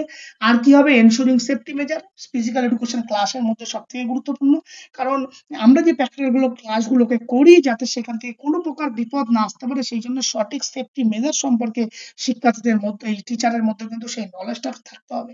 যদি না থাকে যে কোনো সময় কিন্তু যে কোনো সময় ইনজুরি আসে, সেই জন্য সেফটি মেজার সম্পর্কে যথেষ্ট ধারণা থাকতে হবে। এটা তো গেল প্ল্যানিং। প্ল্যানিং তাহলে 2 প্রকার, পার্সোনাল, টেকনিক্যাল। এইবার প্রেজেন্টেশন মানে কি, এইবার বিষয়কে আমি উপস্থাপন করব, সেই বিষয়টাকে উপস্থাপন করার জন্য কতগুলো স্টেপস আমাদেরকে ফলো আপ করতে হবে। এই স্টেপস গুলো কিন্তু বাই সিকোয়েন্স অনুযায়ী হবে। যে সিকোয়েন্সটা কিন্তু তোমাদেরকে মাথায় রাখতে হবে। মূলত যে স্টেপস গুলো আছে একদম পুরো part by part, step by step সেই সিকোয়েন্স গুলো একদম মুখস্থ করে ফেলবে। পরীক্ষায় কিন্তু এগুলো সিকোয়েন্স কোনো পরীক্ষায় কিন্তু আসে। সেগুলো কি? টোটাল হচ্ছে 7 স্টেপ। উপস্থাপনার কৌশল হচ্ছে 7 স্টেপস। ক্লিয়ার? ফার্স্ট হচ্ছে কি প্রিপারেশন অর ইন্ট্রোডাকশন, অর্থাৎ যে বিষয়টাকে আমি ছাত্রদেরকে শেখাবো সেই বিষয়টা সম্পর্কে কিন্তু বিষয়টা কি জন্য শেখাবো, তার উদ্দেশ্য কি, সেই সম্পর্কে কিন্তু পরিষ্কার ধারণা শিক্ষার্থীর মধ্যে দিতে হবে। হ্যাঁ, বা যেখানে আমি শেখাবো সেই জায়গাটা, সেই পরিবেশটা ঠিক মতো আছে কিনা সেই বিষয়ে কিন্তু পরিচয়, খোঁজ খবর ইত্যাদি বিষয়গুলোকে নিতে হবে। তারপরের পার্ট হচ্ছে ভার্বাল এক্সপ্লেনেশন। যে বিষয়টাতে তুমি শেখাবে কি করা হবে, সেই বিষয়টাকে শিখে কিভাবে করতে হবে, এটা শিখলে কি লাভ ইত্যাদি সমস্ত বিষয়গুলো কিন্তু ভার্বালি এক্সপ্লেনেশন করতে হবে শিক্ষার্থীদের মধ্যে। তারপরে 3 নাম্বার হচ্ছে কি ডেমনস্ট্রেশন। ইয়েস, তোমাকে এবার অভিপ্রদর্শন করে দেখাতে হবে। তার স্টেপ বাই স্টেপ সেই কৌশলটাকে কি করতে হবে, বিভিন্ন স্টেপে ভাগ করবে, ভাগ করে সেটাকে শিক্ষার্থীদের সামনে সঠিকভাবে উপস্থাপন করে তারপরে দেখাতে হবে। 4 নম্বর কি এক্সপ্লোরেশন। এইবার শিক্ষার্থীদের মধ্যে কি করতে হবে, এক্সপ্লোরেশন, অনুসন্ধান করতে হবে শিক্ষার্থীদের কোনো সমস্যা আছে কিনা, তাদের ভিতরে এইটা ঠিকভাবে সে দেখেছে কিনা, সেইভাবে সেটা করতে পারবে কিনা, সেটাকে এক্সপ্লোরেশন করতে হবে। করার পরে কি করতে হবে, এইবার শিক্ষার্থীদের প্র্যাকটিস করতে দিতে হবে। শিক্ষার্থীরা প্র্যাকটিস করবে, প্র্যাকটিস করলে কি করবে, তুমি সেটাকে সঠিকভাবে সুপারভিশন কারেকশন করবে। সেটাকে যখন স্টুডেন্টরা প্র্যাকটিস করবে সেটাকে ভালো করে সুপারভাইজ করতে হবে, এবং সুপারভাইজ করার পর যদি তাদের মধ্যে কোনো প্রকার ইরর থাকে সেগুলোকে রেকটিফিকেশন করে দিতে হবে, এবং আলটিমেট সবার লাস্ট স্টেপে কি করতে হবে, শেখাটাকে মূল্যায়ন করতে হবে। তাহলে দেখো 7 স্টেপ অফ প্রেজেন্টেশন টেকনিক কি কি। ফার্স্ট হচ্ছে ওরিয়েন্টেশন বা ইন্ট্রোডাকশন, তারপরে 2 নম্বর কি বললাম ভার্বাল এক্সপ্লেনেশন, 3 নম্বর কি বললাম ডেমনস্ট্রেশন, 4 নম্বর কি বললাম এক্সপ্লোরেশন, 5 নম্বর কি বললাম প্র্যাকটিস, 6 নম্বরে কি করলাম কারেকশন ও সুপারভিশন বা ফিডব্যাক যাই বলো না কেন, 7 নম্বর কি বললাম ইভ্যালুয়েশন। ক্লিয়ার? এই স্টেপ কিন্তু এমন নয় যে ইভ্যালুয়েশন 2 নম্বরে চলে গেল, 3 নম্বরে কালেকশন সুপারভিশন চলে গেল, এরকম কিন্তু ব্যাপারটা নয়। ব্যাপারটাকে একদম ক্লিয়ার বোঝো। ফার্স্ট ওরিয়েন্টেশন, যে বিষয়টাকে বললো সেই বিষয়টাকে শিক্ষার্থীদের সামনে বললাম। ক্লিয়ার? ভার্বাল এক্সপ্লেনেশন, এবার মৌখিক ব্যাখ্যা করব, কেন করব, কিভাবে করব, এটা করলে কি হবে, এটার উপকারিতা কি ইত্যাদি বিষয়গুলোকে বললাম। তারপর ডেমনস্ট্রেশন, এই দেখো সেটা ছাত্রছাত্রীদের সামনে সঠিকভাবে ডেমনস্ট্রেশন করবে, উপস্থাপন কিভাবে করতে হয় তা একটা পরিষ্কার চিত্র আমি ছাত্রদের সামনে করে দেখাবো। ডেমনস্ট্রেশন করলাম, ডেমনস্ট্রেশন করার পর এক্সপ্লোরেশন করতে হবে, অনুসন্ধান করতে হবে ছাত্রছাত্রীরা এই যে ডেমনস্ট্রেশনটা করলাম সেই ডেমনস্ট্রেশন কি তাদের মধ্যে সঠিকভাবে বুঝতে পারলো, কোনো অসুবিধা আছে কিনা, সেটা এক্সপ্লোরেশন করার পরে কি করতে হবে, আমাদের সেটাকে স্টুডেন্টদেরকে প্র্যাকটিস করতে বলতে হবে। ইয়েস, তোমরা এবার এটাকে প্র্যাকটিস করো। তারা যখন প্র্যাকটিস করবে 6 নম্বর স্টেপে তুমি কারেকশন করবে, এন্ড ফিডব্যাক বা সুপারভিশন কারেকশন, তাদের মধ্যে কোনো ফল্ট আছে কিনা সেই ফল্ট গুলোকে তুমি রেকটিফিকেশন করে দেবে, তারপরে সবার লাস্ট কি করবে মূল্যায়ন করবে। ক্লিয়ার? এই হলো 7 স্টেপ অফ প্রেজেন্টেশন টেকনিক। তাহলে simple presentation technique mainly 2 types, এক হচ্ছে প্ল্যানিং, এক হচ্ছে প্রেজেন্টেশন। প্ল্যানিং আবার ফার্দার 2 টাইপস, এক হচ্ছে পার্সোনাল প্রিপারেশন আর হচ্ছে টেকনিক্যাল প্রিপারেশন, আর একটা হচ্ছে প্রেজেন্টেশনের মধ্যে 7 স্টেপ। চলো এইবার এই যে ফিচার্স অফ প্রেজেন্টেশন টেকনিকের কতগুলো বৈশিষ্ট্য আমরা যদি দেখি, এটা কি একটা organise approach, plan and organise approach, যেটা নির্দিষ্ট কত পরিকল্পিত এবং সংগঠিত কতগুলো পদ্ধতি। এটা combines of both theory and practice, both এবং থিওরি ক্ষেত্রে এটা প্রযোজ্য, প্র্যাকটিক্যাল ক্ষেত্রে এটা প্রযোজ্য। এনকারেজ করবে অ্যাক্টিভ পার্টিসিপেশন, শিক্ষার্থীর মধ্যে সক্রিয় অংশগ্রহণ করতে পারবে। আর কি হবে, it is suitable for motor learning. Physical education মানেই আমরা সমস্ত মুভমেন্ট কি all movement motor types of movement, অর্থাৎ গতি সঞ্চালনমূলক শিখন, তারা সেই ধরনের শিখনের ক্ষেত্রে কিন্তু এই প্রেজেন্টেশন টেকনিক কিন্তু ভীষণভাবে জরুরি। এখন এর গুরুত্ব কি আছে, এই প্রেজেন্টেশন টেকনিক এত কিছু করার গুরুত্ব আছে কি এফেক্টিভ অ্যান্ড ইন্টারেস্টিং, যে এর ফলে যদি আমরা এগুলোকে ফলো আপ করি শিক্ষার্থীর মধ্যে কোনো বিষয়কে শেখার ক্ষেত্রে এটা ভীষণ কার্যকারী করবে এবং তাদের মধ্যে একটা আকর্ষণ ইন্টারেস্টিং গ্রো করবে। আর কি হবে, step by step skill development, তাদের মধ্যে ধাপে ধাপে ধাপে ধাপে তাদের মধ্যে কোনো একটা বিষয়কে শেখার আর উন্নতি ঘটবে। এর মধ্যে কি হবে, confidence and promoting the skill, শিক্ষার্থীর মধ্যে একটা আত্মবিশ্বাস তৈরি হবে। আর হচ্ছে কি অ্যালাউ করে ইমিডিয়েট এন্ড কারেকশন মিস্টেক, যে বিষয়টাকে শিখছে ইমিডিয়েট কি হবে, যদি কোনো ভুল ভ্রান্তি থাকে সেগুলো সুযোগ থাকবে ইমিডিয়েট সেটাকে রেকটিফাই করে সঠিক স্কিলটাকে করা। এখানে একটা জাস্ট তোমাদের বোঝার ক্ষেত্রে এক্সাম্পল দেওয়া আছে, teacher demonstrate lay up shot in basketball, then the student practice. Basketball শেখার ক্ষেত্রে লে আপ করবে, তারপরে স্টুডেন্টরা প্র্যাকটিস করবে। জাস্ট এটাকে একটা এক্সাম্পল হিসেবে দেওয়া আছে। একটা কুইক সামারি টেবিল এই দেখো ধাপগুলো অনেক সময় কি হয় কোনো ক্ষেত্রে কোনো পরীক্ষায় প্রেজেন্টেশন টেকনিকের 5টা ধাপও কিন্তু দেওয়া থাকে। আমি এখানে লিখেছি। ফার্স্ট দেখো ইন্ট্রোডাকশনের মধ্যেই ওই যেটা ভার্বাল এক্সপ্লেনেশন সেটাকে আমি বলেছি। তারপর হচ্ছে demonstration, explanation, practice, correction, feedback. Clear? এটা হচ্ছে শর্ট ফর্ম, এটা হচ্ছে 5টা স্টেপ। আর একটা আমরা বলেছিলাম 7 স্টেপ। তাহলে এই 5টা স্টেপ, এই 7টা স্টেপের নাম কিন্তু মুখস্থ করা হবে। ক্লিয়ার? এবার এই প্রেজেন্টেশন টেকনিকের কিছু অ্যাডভান্টেজ, কিছু ডিসঅ্যাডভান্টেজ আছে। অ্যাডভান্টেজ কি? কোনো কৌশলকে পরিষ্কারভাবে শেখা যায়। শেখার প্রক্রিয়া পদ্ধতিগত কার্যকরী করে তোলে। পর্যবেক্ষণ, অনুশীলন উভয় উৎসাহিত করে। আর এটা কি ডিসঅ্যাডভান্টেজ কি? এত কিছু করতে গেলে নির্দিষ্ট একটা টাইম কনজিউমিং, একটা নির্দিষ্ট সময় লাগবে। ইয়েস। আর শিক্ষকের উচ্চ দক্ষতা প্রস্তুতির প্রয়োজন। ইয়েস। আর শিক্ষকের প্রদর্শনের উপর অতিরিক্ত নির্ভরশীল হতে পারে ইত্যাদি বিষয়। এইবার আসি আমাদের আরেকটা যেটা টপিক, সেটা হচ্ছে teaching AIDS. Just a minute.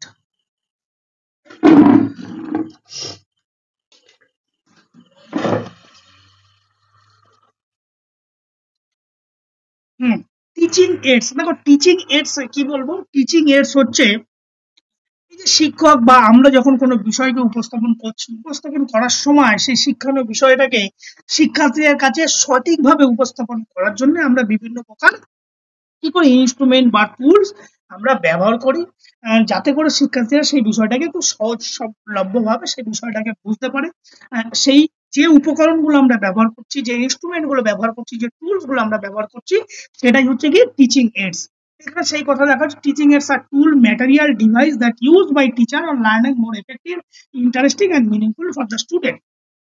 এই যে ভ্যারাইটিস অফ টিচিং এইডস আমরা ব্যবহার করি, তোমরা বিভিন্ন বইতে তোমরা অলরেডি পড়েছো, খুব বেশি পড়ার আমার বলার দরকার নেই, জাস্ট কতগুলো কথা বলে বেরিয়ে যাচ্ছে। তার ধরন কি? একটা হচ্ছে অডিও এইডস, ভিজুয়াল এইডস, আর একটা হচ্ছে অডিও ভিজুয়াল এইডস, আর একটা আমি যেটা একটা যে প্রজেক্টেড এইডস, নন প্রজেক্টেড এইড, অ্যাক্টিভিটি এইড, আর হচ্ছে ট্র্যাডিশনাল এইড, মডার্ন বা টেকনোলজিক্যাল এইডস। এই 8টা ক্যাটাগরিতে আমি টিচিং এইডসটাকে ভাগ করেছি। তোমরা এখন বলবে, অনেকেই বলতে পারো তো স্যার আমরা তো বইতে 2টো বা 3টে বা 4টে পেয়েছিলাম, যেগুলো হচ্ছে audio AIDS, visual aid, audio visual AIDS বা রিডিং ম্যাটেরিয়ালস। ইয়েস, তোমাদের বইতে যেগুলো আছে ঠিক আছে। আমি তোমাদের যে ভাগগুলোকে করেছি একদম তোমাদের এক্সাম বেসড, কারণ এক্সাম অনেক সময় ট্র্যাডিশনাল এইডস বলতে কোনগুলোকে বোঝায় এই অপশনগুলোকে আসে, মডার্ন এইডস বলতে কোনগুলোকে বোঝায়। আমি তোমাদের এটা থিওরিটিক্যাল পড়ার বাইরে আমি তোমাদেরকে জাস্ট এক্সাম ওরিয়েন্টেড ভাবে আমি এই টিচিং এইডসটাকে ভাগ করেছি। আমি যদি একটু দেখে নিই, অডিও এইডস তোমরা সবাই জানো যে এইডস থেকে আমরা সাধারণত কোনো কিছু শুনি, তাদেরকে আমরা অডিও এইডস বলবো। যার কিছু সুবিধা অসুবিধা আছে, এগুলো কি কি, যেমন radio, tape recorder, whistle, microphone, এগুলো কি সব আমরা শুনে কোনো কিছু শিখি, তাকে আমরা অডিও এইডস বলবো। সুবিধা অসুবিধা এগুলো আমি পড়ছি না, এগুলো তোমরা পড়ে নেবে, এগুলো বলার কিছু নেই। ভিজুয়াল এইডস কোনগুলো? যেগুলো আমরা দেখি, দেখে কোনো কিছুকে শেখার চেষ্টা করি, যেমন chart, picture, model, blackboard, flash card ইত্যাদি। অডিও ভিজুয়াল কি? এই দুটো সংমিশ্রণ, যেখানে আমরা দেখবো প্লাস শুনবো। সেগুলো কি কি? Television, projector, computer, smart board etcetera. এবার আসে প্রজেক্টেড এস, যেটা হয়তো তোমরা শুনবে। প্রজেক্টেড এটা আর কিছু না, যেটা এই যে প্রজেক্টেড করছে, যেটা আমরা যখন ক্লাসরুমে পড়াই বিভিন্ন প্রজেক্টর ব্যবহার করি, তাকেই আমরা প্রজেক্টেড এড বলবো। একটা হচ্ছে ওভারহেড প্রজেক্টর বা এলসিডি প্রজেক্টর বা স্লাইড। এই এখন আমি তোমাদেরকে প্রেজেন্টেশন করছি, যেটা তোমরা প্রজেক্টেড হচ্ছে সেটাই হচ্ছে প্রজেক্টেড এড। নন প্রজেক্টেড এড কোনগুলো? যেগুলো ক্লাসরুমের মধ্যে থাকে। নন প্রজেক্টেড যেমন এই যে চক বোর্ড, মানে হচ্ছে black board, poster, flash card, bulletin board, শুধু জাস্ট ক্যাটাগরি অনুযায়ী ভাগ, এগুলো কিন্তু আগের সাথে যুক্ত। অ্যাক্টিভিটি এইডস কোনগুলো? বিভিন্ন প্রকার experiment kit, lab equipment, games, sports equipment, এগুলো সব অ্যাক্টিভিটি, যেগুলো আমাদের অ্যাক্টিভিটি করতে কাজে লাগে। ট্র্যাডিশনাল এইড, ইয়েস, এটা অনেকবার বহু পরীক্ষার বহু প্রশ্নে, যেমন বাইরের স্টেটেও বহু প্রশ্নে আমি যেগুলো দেখেছি বারবার ওখানে কিন্তু লেখা, আমি এমসিকিউ অনেকবার পেয়েছি। ট্র্যাডিশনাল এইডস বলতে কোনগুলোকে বোঝায়? ট্র্যাডিশনাল এইডস মানে একদম গতানুগতিক প্রথা, প্রাচীন কাল থেকে যে এইডস গুলোকে চলে আসছে, ব্ল্যাকবোর্ড, চক, ডাস্টার, টেক্সট বুক, এগুলো ইত্যাদি হচ্ছে কি ট্র্যাডিশনাল এইডস। মডার্ন এইডস কোনগুলো? মডার্ন এইডস হচ্ছে একদম মডার্ন টেকনোলজিতে আমরা যেগুলোকে ব্যবহার করছি, smart board, educational apps, virtual reality tools, এগুলো হচ্ছে সব মডার্ন টেকনোলজি অ্যাপ। এগুলো এই যে নামগুলোকে যে পড়ে নেবে, পরীক্ষায় আসতে পারে নিচের কোনটি ট্র্যাডিশনাল এইডস, নিচের কোনটি মডার্ন এইডস ইত্যাদি বিষয়। ক্লিয়ার? আমি সুবিধা অসুবিধা পড়ে আর করছি না। এবার এই যে ইম্পর্টেন্স অফ টিচিং এডস, কেন টিচিং এডসটাকে আমরা বলবো, কারণ হচ্ছে কি এর মধ্যে গিয়ে যার ফলে স্টুডেন্টদের মধ্যে একটা ইন্টারেস্টিং অ্যান্ড এঙ্গেজিং, তাদের মধ্যে সেই কোনো শিক্ষণীয় বিষয়ের প্রতি শেখার প্রতি তাদের ভিতর সেই বিষয়টাকে একটা আকর্ষণীয় এবং মনোযোগী করে তুলতে পারে। আর কি হয়, যে শেখাটা কোনো একটা টিচিং এডস এর পরে আমরা শিখি, সেই শিক্ষণীয় বিষয়টাকে কি করে দীর্ঘদিন ধরে কিন্তু শিক্ষার্থী সেই বিষয়টাকে মনে রাখতে পারে, বেটার রিটেনশন অ্যান্ড আন্ডারস্ট্যান্ডিং। আর কি করতে পারে, মাল্টিপল সেন্স অর্গান। ইয়েস, এই যে আমরা ধরো অডিও এডস, ভিজুয়াল এডস বা অডিও ভিজুয়াল এডস, সেখানে কি হচ্ছে অডিও যা কিছু করছি সেখানে কি হচ্ছে আমরা কান দিয়ে শুনি। কান মানে কি আমাদের সেন্সারি অর্গান। হ্যাঁ, তাহলে সেন্সারি অর্গান সেই ইন্দ্রিয়গুলোকে সক্রিয় হচ্ছে, তাহলে বিভিন্ন প্রকার সেন্স অর্গান কিন্তু অ্যাক্টিভ হয়ে সেখানে উপস্থিত হচ্ছে। আর কি করছে, save time for energy of teacher. কোনো বিষয়কে শেখার ক্ষেত্রে যদি আমরা বিভিন্ন শিক্ষণীয় এইডস আমরা যদি ব্যবহার করি, সেই বিষয়টা খুব স্বল্প সময়ের মধ্যে কিন্তু সেই বিষয়টাকে শিক্ষার্থীর মধ্যে শেখানো যায়, তার মধ্যে কি হয় সেভ টাইম থেকে সেভ হয়। আর কি হচ্ছে gap between theory and practice. এই বিষয়টাকে যদি আমরা প্রপার টিচিং এর ব্যবহার করি, অনেক সময় শিক্ষণীয় বিষয়টা শিক্ষার্থীর মধ্যে এতটাই ফলপ্রসূ হয় যে তাদের ভিতর একটা বাস্তব অভিজ্ঞতার কিন্তু তারা এক্সপিরিয়েন্স ফিল করে। তাহলে তার ভিতর কি হবে, তার মধ্যে প্রপার নলেজ ডেভেলপ হবে, যার ভিতরে যে থিওরি এবং প্র্যাকটিক্যাল এই যে ডিস্টেন্স সেটা কিন্তু কমে আসবে। ক্লিয়ার? এর কোনো সুবিধা আছে, সেগুলোকে অসুবিধা আছে, আমি আর সেগুলোকে পড়ছি না, তোমরা সেগুলোকে পড়ে নেবে, এগুলো সোজা জিনিস। এইবার যে গুরুত্বপূর্ণ যেটা বিষয় সেটা হচ্ছে লার্নিং ডিজাইন বা different types of learning design. Simple জিনিস, লার্নিং ডিজাইন মানে হচ্ছে লেসন প্ল্যান। আমরা লেসন প্ল্যান কেন করবো, শারীরিক শিক্ষায় কত ধরনের লেসন প্ল্যান আছে ইত্যাদি ইত্যাদি বিষয়।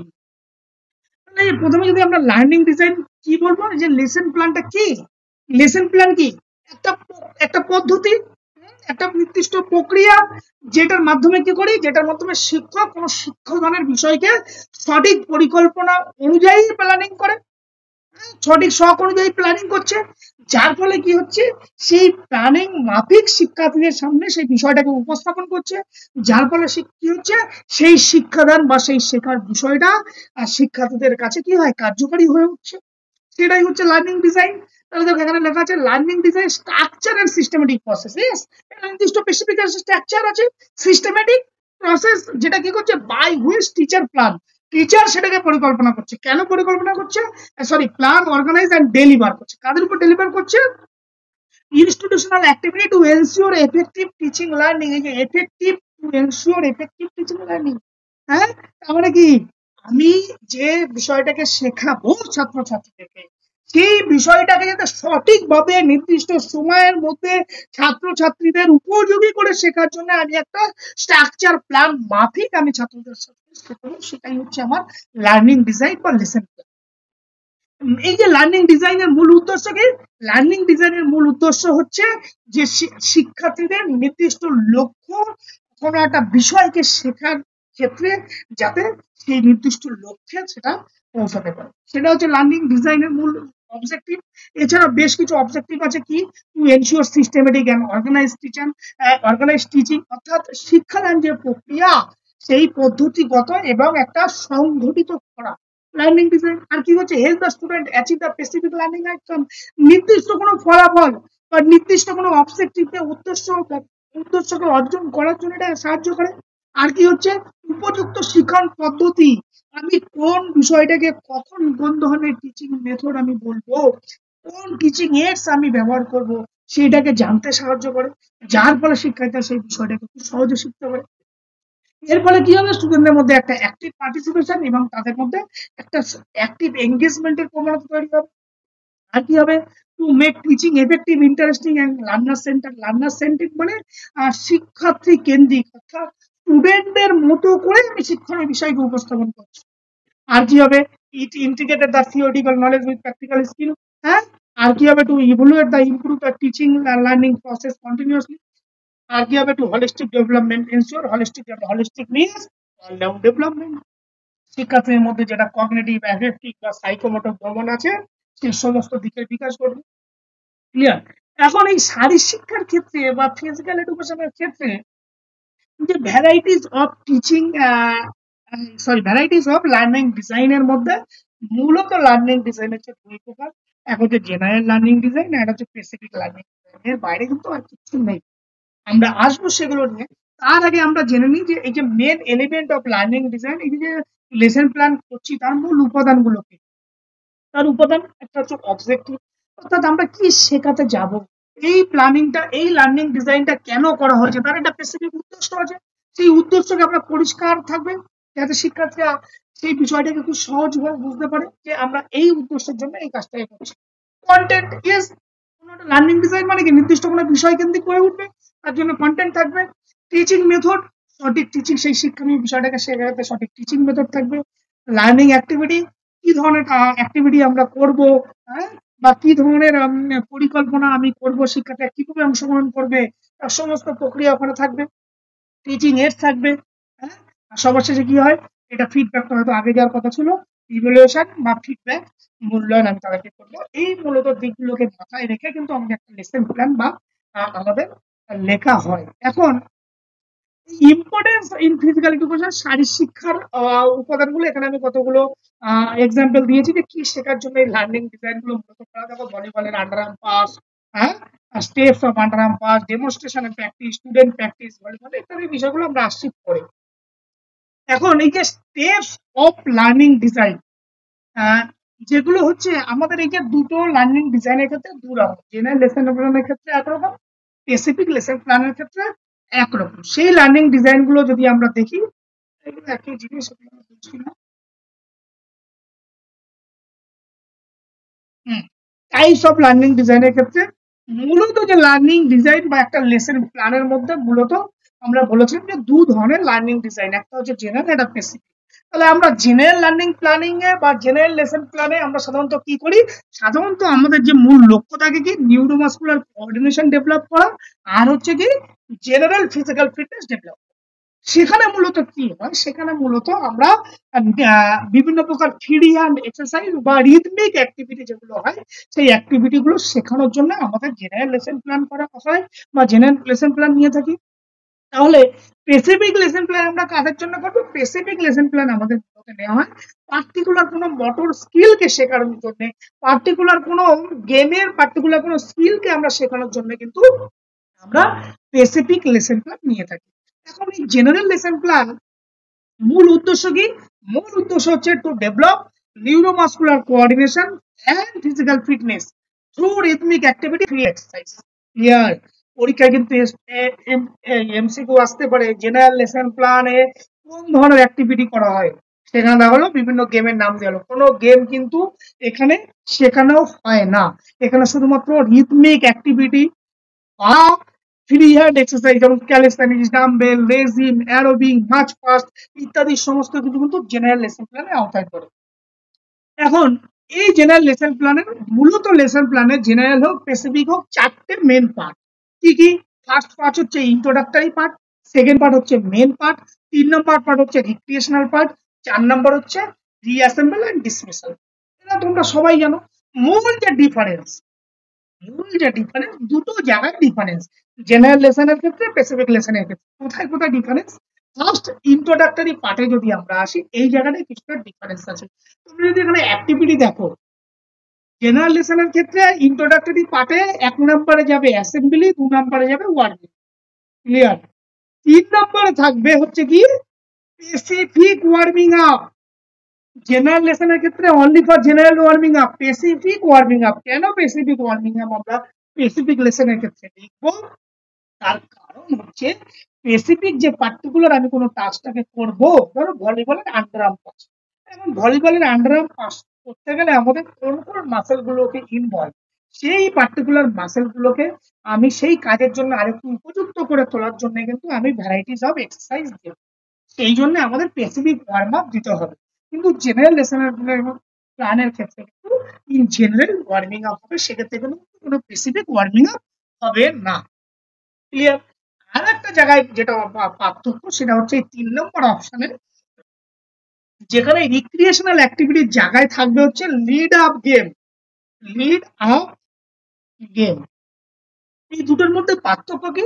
রিক্রিয়েশনাল অ্যাক্টিভিটি মানে যেহেতু যে ফ্রি হ্যান্ড এক্সারসাইজ শেখার পর বিনোদনমূলক খেলা, যে কোনো প্রকার খেলা নিজের ইচ্ছায় খেলবে ছাত্রছাত্রীরা, শুধুমাত্র তাদের রিক্রিয়েশন বা ফান, এনজয়মেন্ট ইত্যাদির জন্য করবে।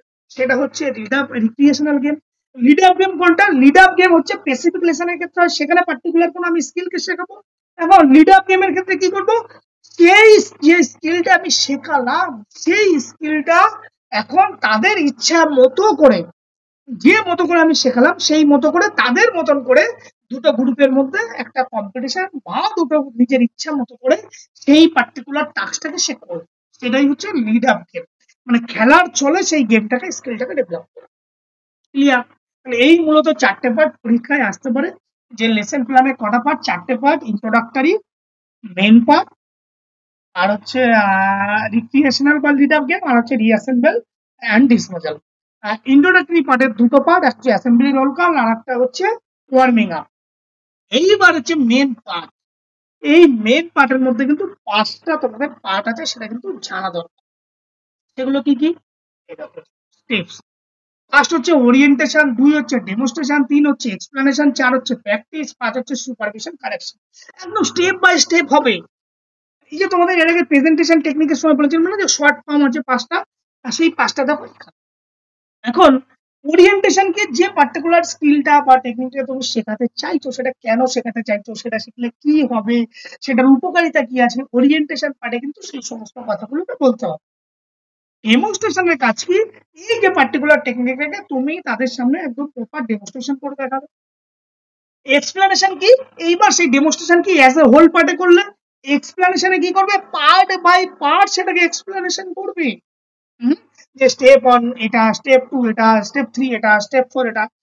প্র্যাকটিস করবে কি? তারপরে তাদেরকে বলবে প্র্যাকটিস করতে। প্র্যাকটিস যখন করবে তুমি সেখানে কি করবে? সুপারভিশন এন্ড কারেকশন করবে। ক্লিয়ার? এই হচ্ছে মেন পার্টের 5টা অংশ, যেটা তোমাদের জেনারেল লেসন প্ল্যানের ক্ষেত্রে প্রযোজ্য, স্পেসিফিক লেসন প্ল্যানের ক্ষেত্রেও প্রযোজ্য। এত কিছু লেখা আছে, যেগুলো বললাম সেগুলোকেই লেখা আছে, সেগুলোকে আর বারবার বলছি না। এরপরে যেটা আর এখানে দেখো একটা ছোট্ট আমি ডিফারেন্স রেখেছি, জেনারেল এন্ড স্পেসিফিক লেসন। দেখো অবজেক্টিভ। জেনারেল লেসন কি করছে? To overall physical fitness and participation.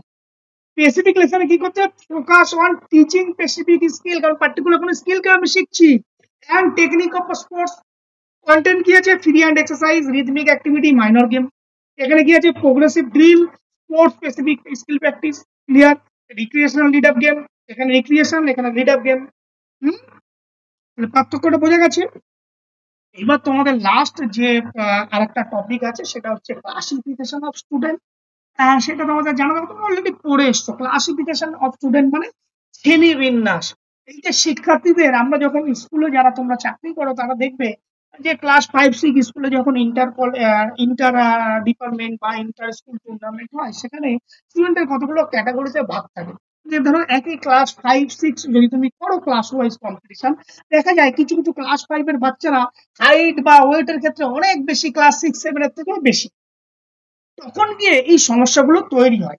তখন এই সমস্যাটা দূর করার জন্য এবং শিক্ষার্থীদের মধ্যে তাদের যে একটা নির্দিষ্ট মানদণ্ডে বা নির্দিষ্ট ক্যাটাগরিতে আনার জন্য কিন্তু এই ক্লাসিফিকেশন অফ স্টুডেন্ট কিন্তু ভীষণভাবে গুরুত্বপূর্ণ। কেন?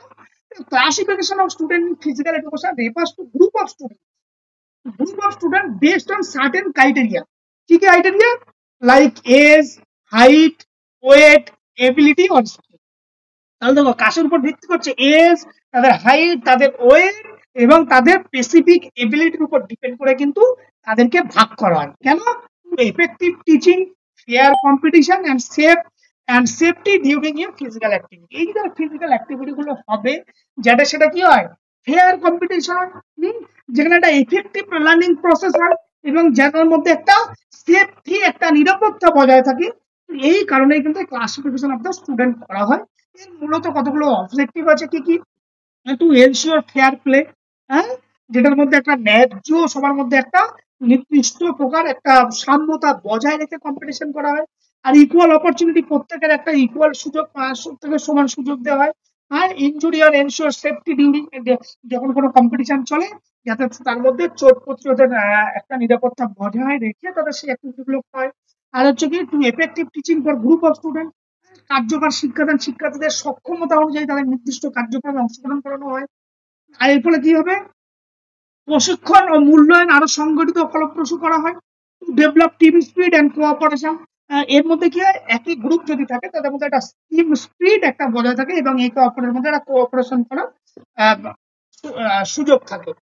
এর যে ক্লাসিফিকেশন করা হয় কতগুলো জিনিসের উপর ভিত্তি করে, এক এজ, দুই হাইট, দুই ওয়েট, চার হচ্ছে সেক্স বা যে স্কিল বা ডেভেলপ বা ফিজিক্যাল ফিটনেস, এই কতগুলো ক্যাটাগরি অনুযায়ী এই ক্লাসিফিকেশন গুলো মূলত করা হয়ে থাকে। এখন এই ক্লাসিফিকেশনের যে জায়গাটা মূলত মাথায় রাখতে হবে সেই জায়গাটা হচ্ছে এই যে ছকটা আমি তোমাদেরকে এখন দেখাবো, এই ছকটা হচ্ছে ভীষণভাবে গুরুত্বপূর্ণ, কারণ এই ছক থেকে মাঝে মধ্যেই কিন্তু তোমাদের পরীক্ষায় কোনো পরীক্ষায় কিন্তু এসেছে। সেই ছকটা কি, ক্লাসিফিকেশন অফ মেথড শ্রেণীবিন্যাসের এমসি ক্লয়ের ইন্ডেক্স, যেখানে এমসি ক্লয় ম্যাকলয় কি করেছিল, আর এই যে এই যে তোমাদের এই যে শিক্ষার্থীদের হাইট এবং ওয়েট, এই যে বৈষম্য, এই বৈষম্যকে দূর করে তাদের একটা নির্দিষ্ট ক্যাটাগরিতে আনার জন্য একটা ইন্ডেক্স অর্থাৎ ফর্মুলা তৈরি করেছিল। সেখানে কি বলেছিল, 2 into age plus 6 into height plus weight. এটা কাদের ক্ষেত্রে প্রযোজ্য ছিল, অ্যাবভ 17 ইয়ার্স এজ। এই ফর্মুলা গুলো কিন্তু কোনো মুখস্থ করে রাখতে হবে, এই ফর্মুলা কিন্তু পরীক্ষায় আসছে। আর একটা ফর্মুলা করেছিল 6 ইন্টু হাইট প্লাস ওয়েট, এটা কাদের ক্ষেত্রে, 17 ইয়ার্স অ্যান্ড অ্যাবভ কলেজ স্টুডেন্টদের ক্ষেত্রে। আর একটা ছিল 10 ইন্টু এজ প্লাস ওয়েট, যেটা হচ্ছে মিডিল স্কুল স্টুডেন্টদের ক্ষেত্রে প্রযোজ্য। এইবার ঠিক একই রকম ভাবে নেলসন এবং কুজেন কিন্তু তারও কিন্তু একটা এই ইন্ডেক্স একটা তৈরি করেছিল। সেই ইন্ডেক্সটা কি, একটা হচ্ছে ফর্মুলা হচ্ছে 20 into S 5 into height plus weight. Clear? কাদের ক্ষেত্রে, প্রাপ্ত পূর্ণবয়স্কদের ক্ষেত্রে প্রযোজ্য। হ্যাঁ, এইবার যেটা সব থেকে বেশি মনে না রাখলে হবে না, সেটা হচ্ছে ইন্ডিয়ান মেথড। হ্যাঁ, ভারতীয় ছাত্রছাত্রীদের জন্য যেটা ফর্মুলা কি ছিল, half into weight plus height plus weight. এই সমস্ত যে হাইট ওয়েট গুলো বললাম বা এজ গুলো বললাম, এজ হচ্ছে পূর্ণ ইয়ার্সে নিতে হবে, কমপ্লিট যেটা ইয়ার্স হবে সেই ইয়ার্সে নিতে হবে। আর হাইট যেটা বললাম সেটা ইঞ্চিতে মেজার করতে হবে, ওয়েট যেটা বললাম সেটা পাউন্ডে কিন্তু নেওয়া হবে। এই নেওয়ার পরে যদি ইন্ডেক্স সূচক তোমাদেরকে এরকম ভাবে আসে অ্যাবভ 185, তাহলে তাকে আমরা সাব সিনিয়র ক্যাটাগরিতে ফেলবো। 150 থেকে 185 সেটা জুনিয়র ক্যাটাগরিতে, বিলো 150 হলে সাব জুনিয়র ক্যাটাগরিতে আমরা পড়বে। ক্লিয়ার? এই ফর্মুলা তিনটে কিন্তু ভারতীয়, বিশেষ করে ভারতীয়, আর হচ্ছে নেলসন কোজেন, আর হচ্ছে ম্যাকলয়ের এই প্রথম সূত্রটা, এইগুলো কিন্তু পরীক্ষার জন্য ভিভিআই। ক্লিয়ার? এই হচ্ছে মূলত তোমাদের যা টিচিং মেথডের যা সিলেবাস ছিল সেই সিলেবাস। এবার তোমরা বলো যে স্যার এখান থেকে এই বিষয়টা কেন একটু বলুন, না হলে আমরা এখান থেকে কিছু এমসিকিউ আছে সেই এমসিকিউ করব, করার পর আমরা নেক্সট পার্টে যাব। বলো বলো কথা বলো।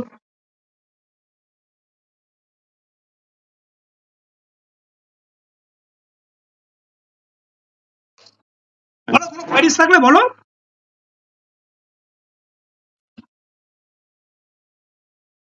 না স্যার, ঠিক আছে। ওকে, বেশ। এইবার সবাই মাইক্রোফোন অন করে দাও। আজকে আমি প্রত্যেককে আমি দেখবো তোমাদের রেসপন্স কত, রিয়াকশন এবিলিটি তোমাদের ভালো। এই যে পড়ানোগুলো হলো সেই বিষয় থেকে যে এমসিকিউ গুলো আছে, কে ফার্স্ট উত্তর দিতে পারছে? আমি এখানে সব ধরনের এমসিকিউ করে দিয়েছি, অসুবিধা নেই।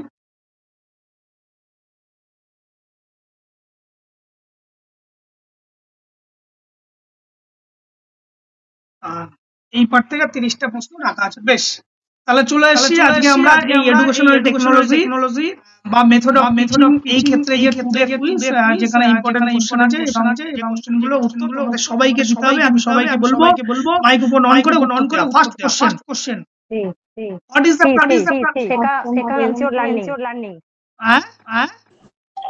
শেখা নিশ্চিত করে, option C. objective of learning to ensure learning, সেখানে very good. Question number 2, which factor influence the effectiveness of teaching most?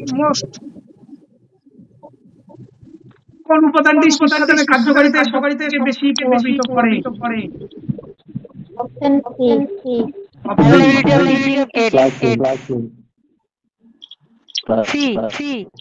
Option C, availability of teaching এর। ভালো করে প্রশ্নটাকে পড়ো। না স্যার, ক্লাসরুম হবে। ক্লাসরুম, আবারও বলছি ভালো করে পড়ো।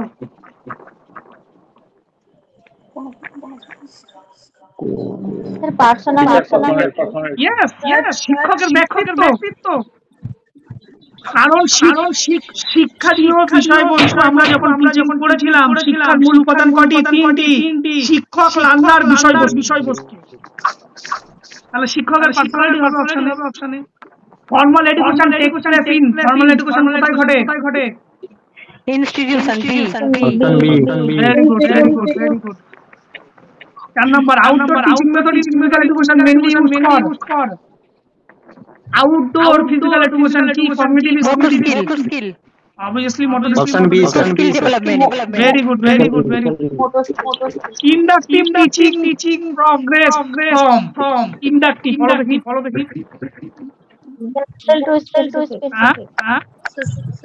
সাধারণ general to specific.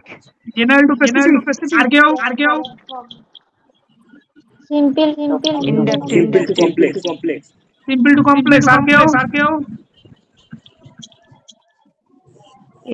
কি হবে স্যার? মিষ্টি বলো তোমরা তো বলার কথা। সিম্পল টু কমপ্লেক্স না স্পেসিফিক টু জেনারেল। ঋত্বিক আছো? ইন্ডাকটিভ তোমরা রিসার্চ মেথডে অনেকবার পড়েছো। Inductive method, deductive method. আচ্ছা বেশ, আমি বলে দিচ্ছি। ইন্ডাকটিভ মিনস হচ্ছে বলো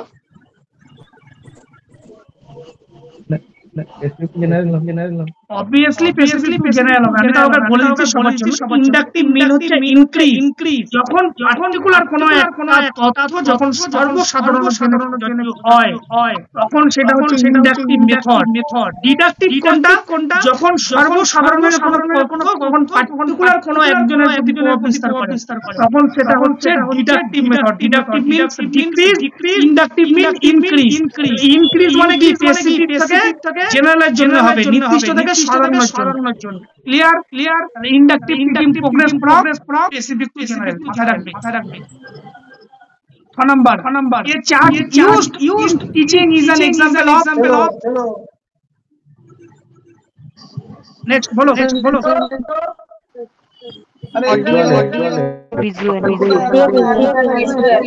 Audio visual.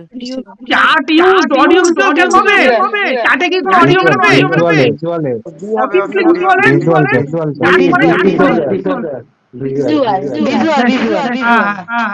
This method emphasizes learning by doing. Project method.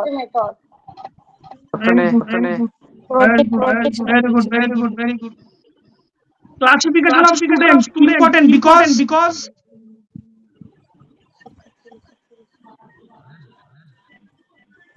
পাঠ দেওয়া সহজ হয় সি। Option C. পাঠ দেওয়া সহজ করে। পাঠ দেওয়া যদি না আমার ক্লাসের মধ্যে যদি একজন বড় স্টুডেন্ট থাকে পাঠ দেওয়াতে অসুবিধা কোথায়?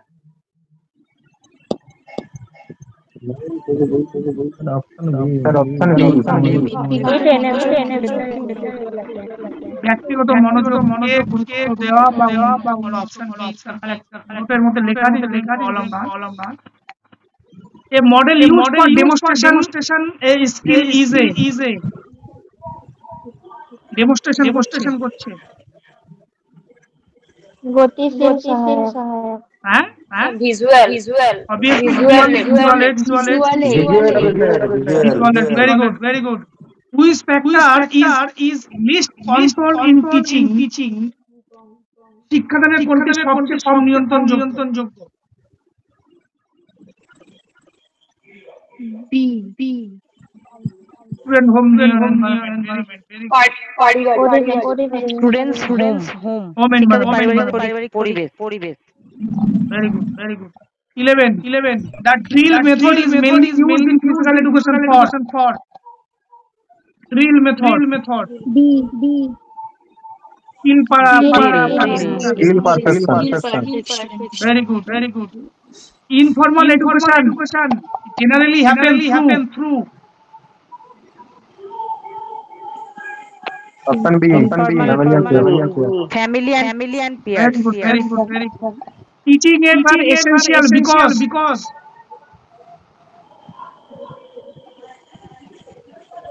জটিল ধারণা সহজ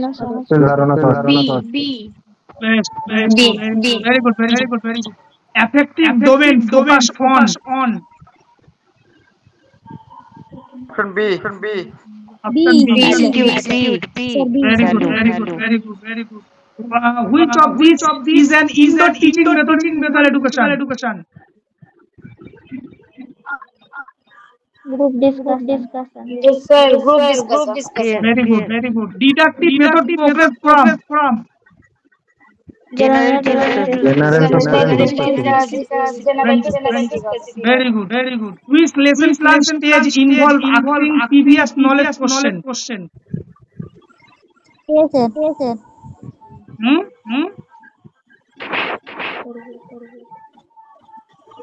Recapitulation. পূর্বের ধারণা recapitulation. Option C Very good, very good, very good. Which teaching method is more suitable for large group? Lecture method. Very good, very good.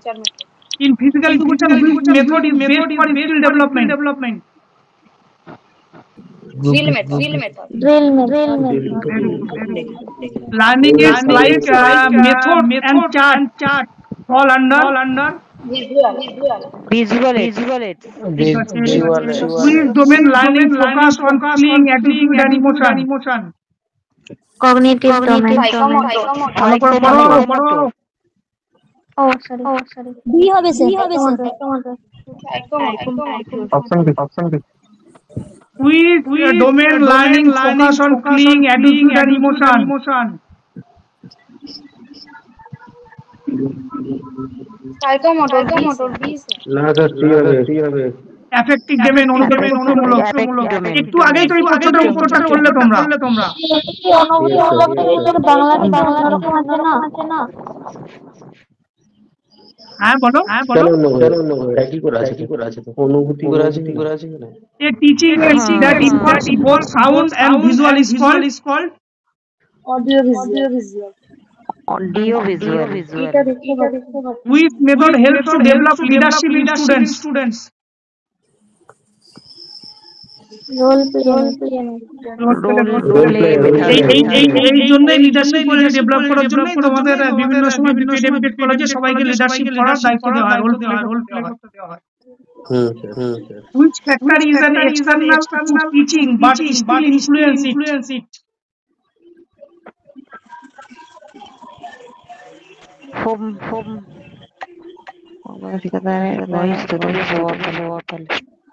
Home background Students' home background. ভালো করে ভাবো। Which factor is external factor to teaching but still influence? External factor classroom obviously classroom environment. Very good. Lesson plan in which start with general and lead to specific is general lead to specific. General Adaptive lesson plan. Very good. Which teaching strategy is best for slow learner? Slow learner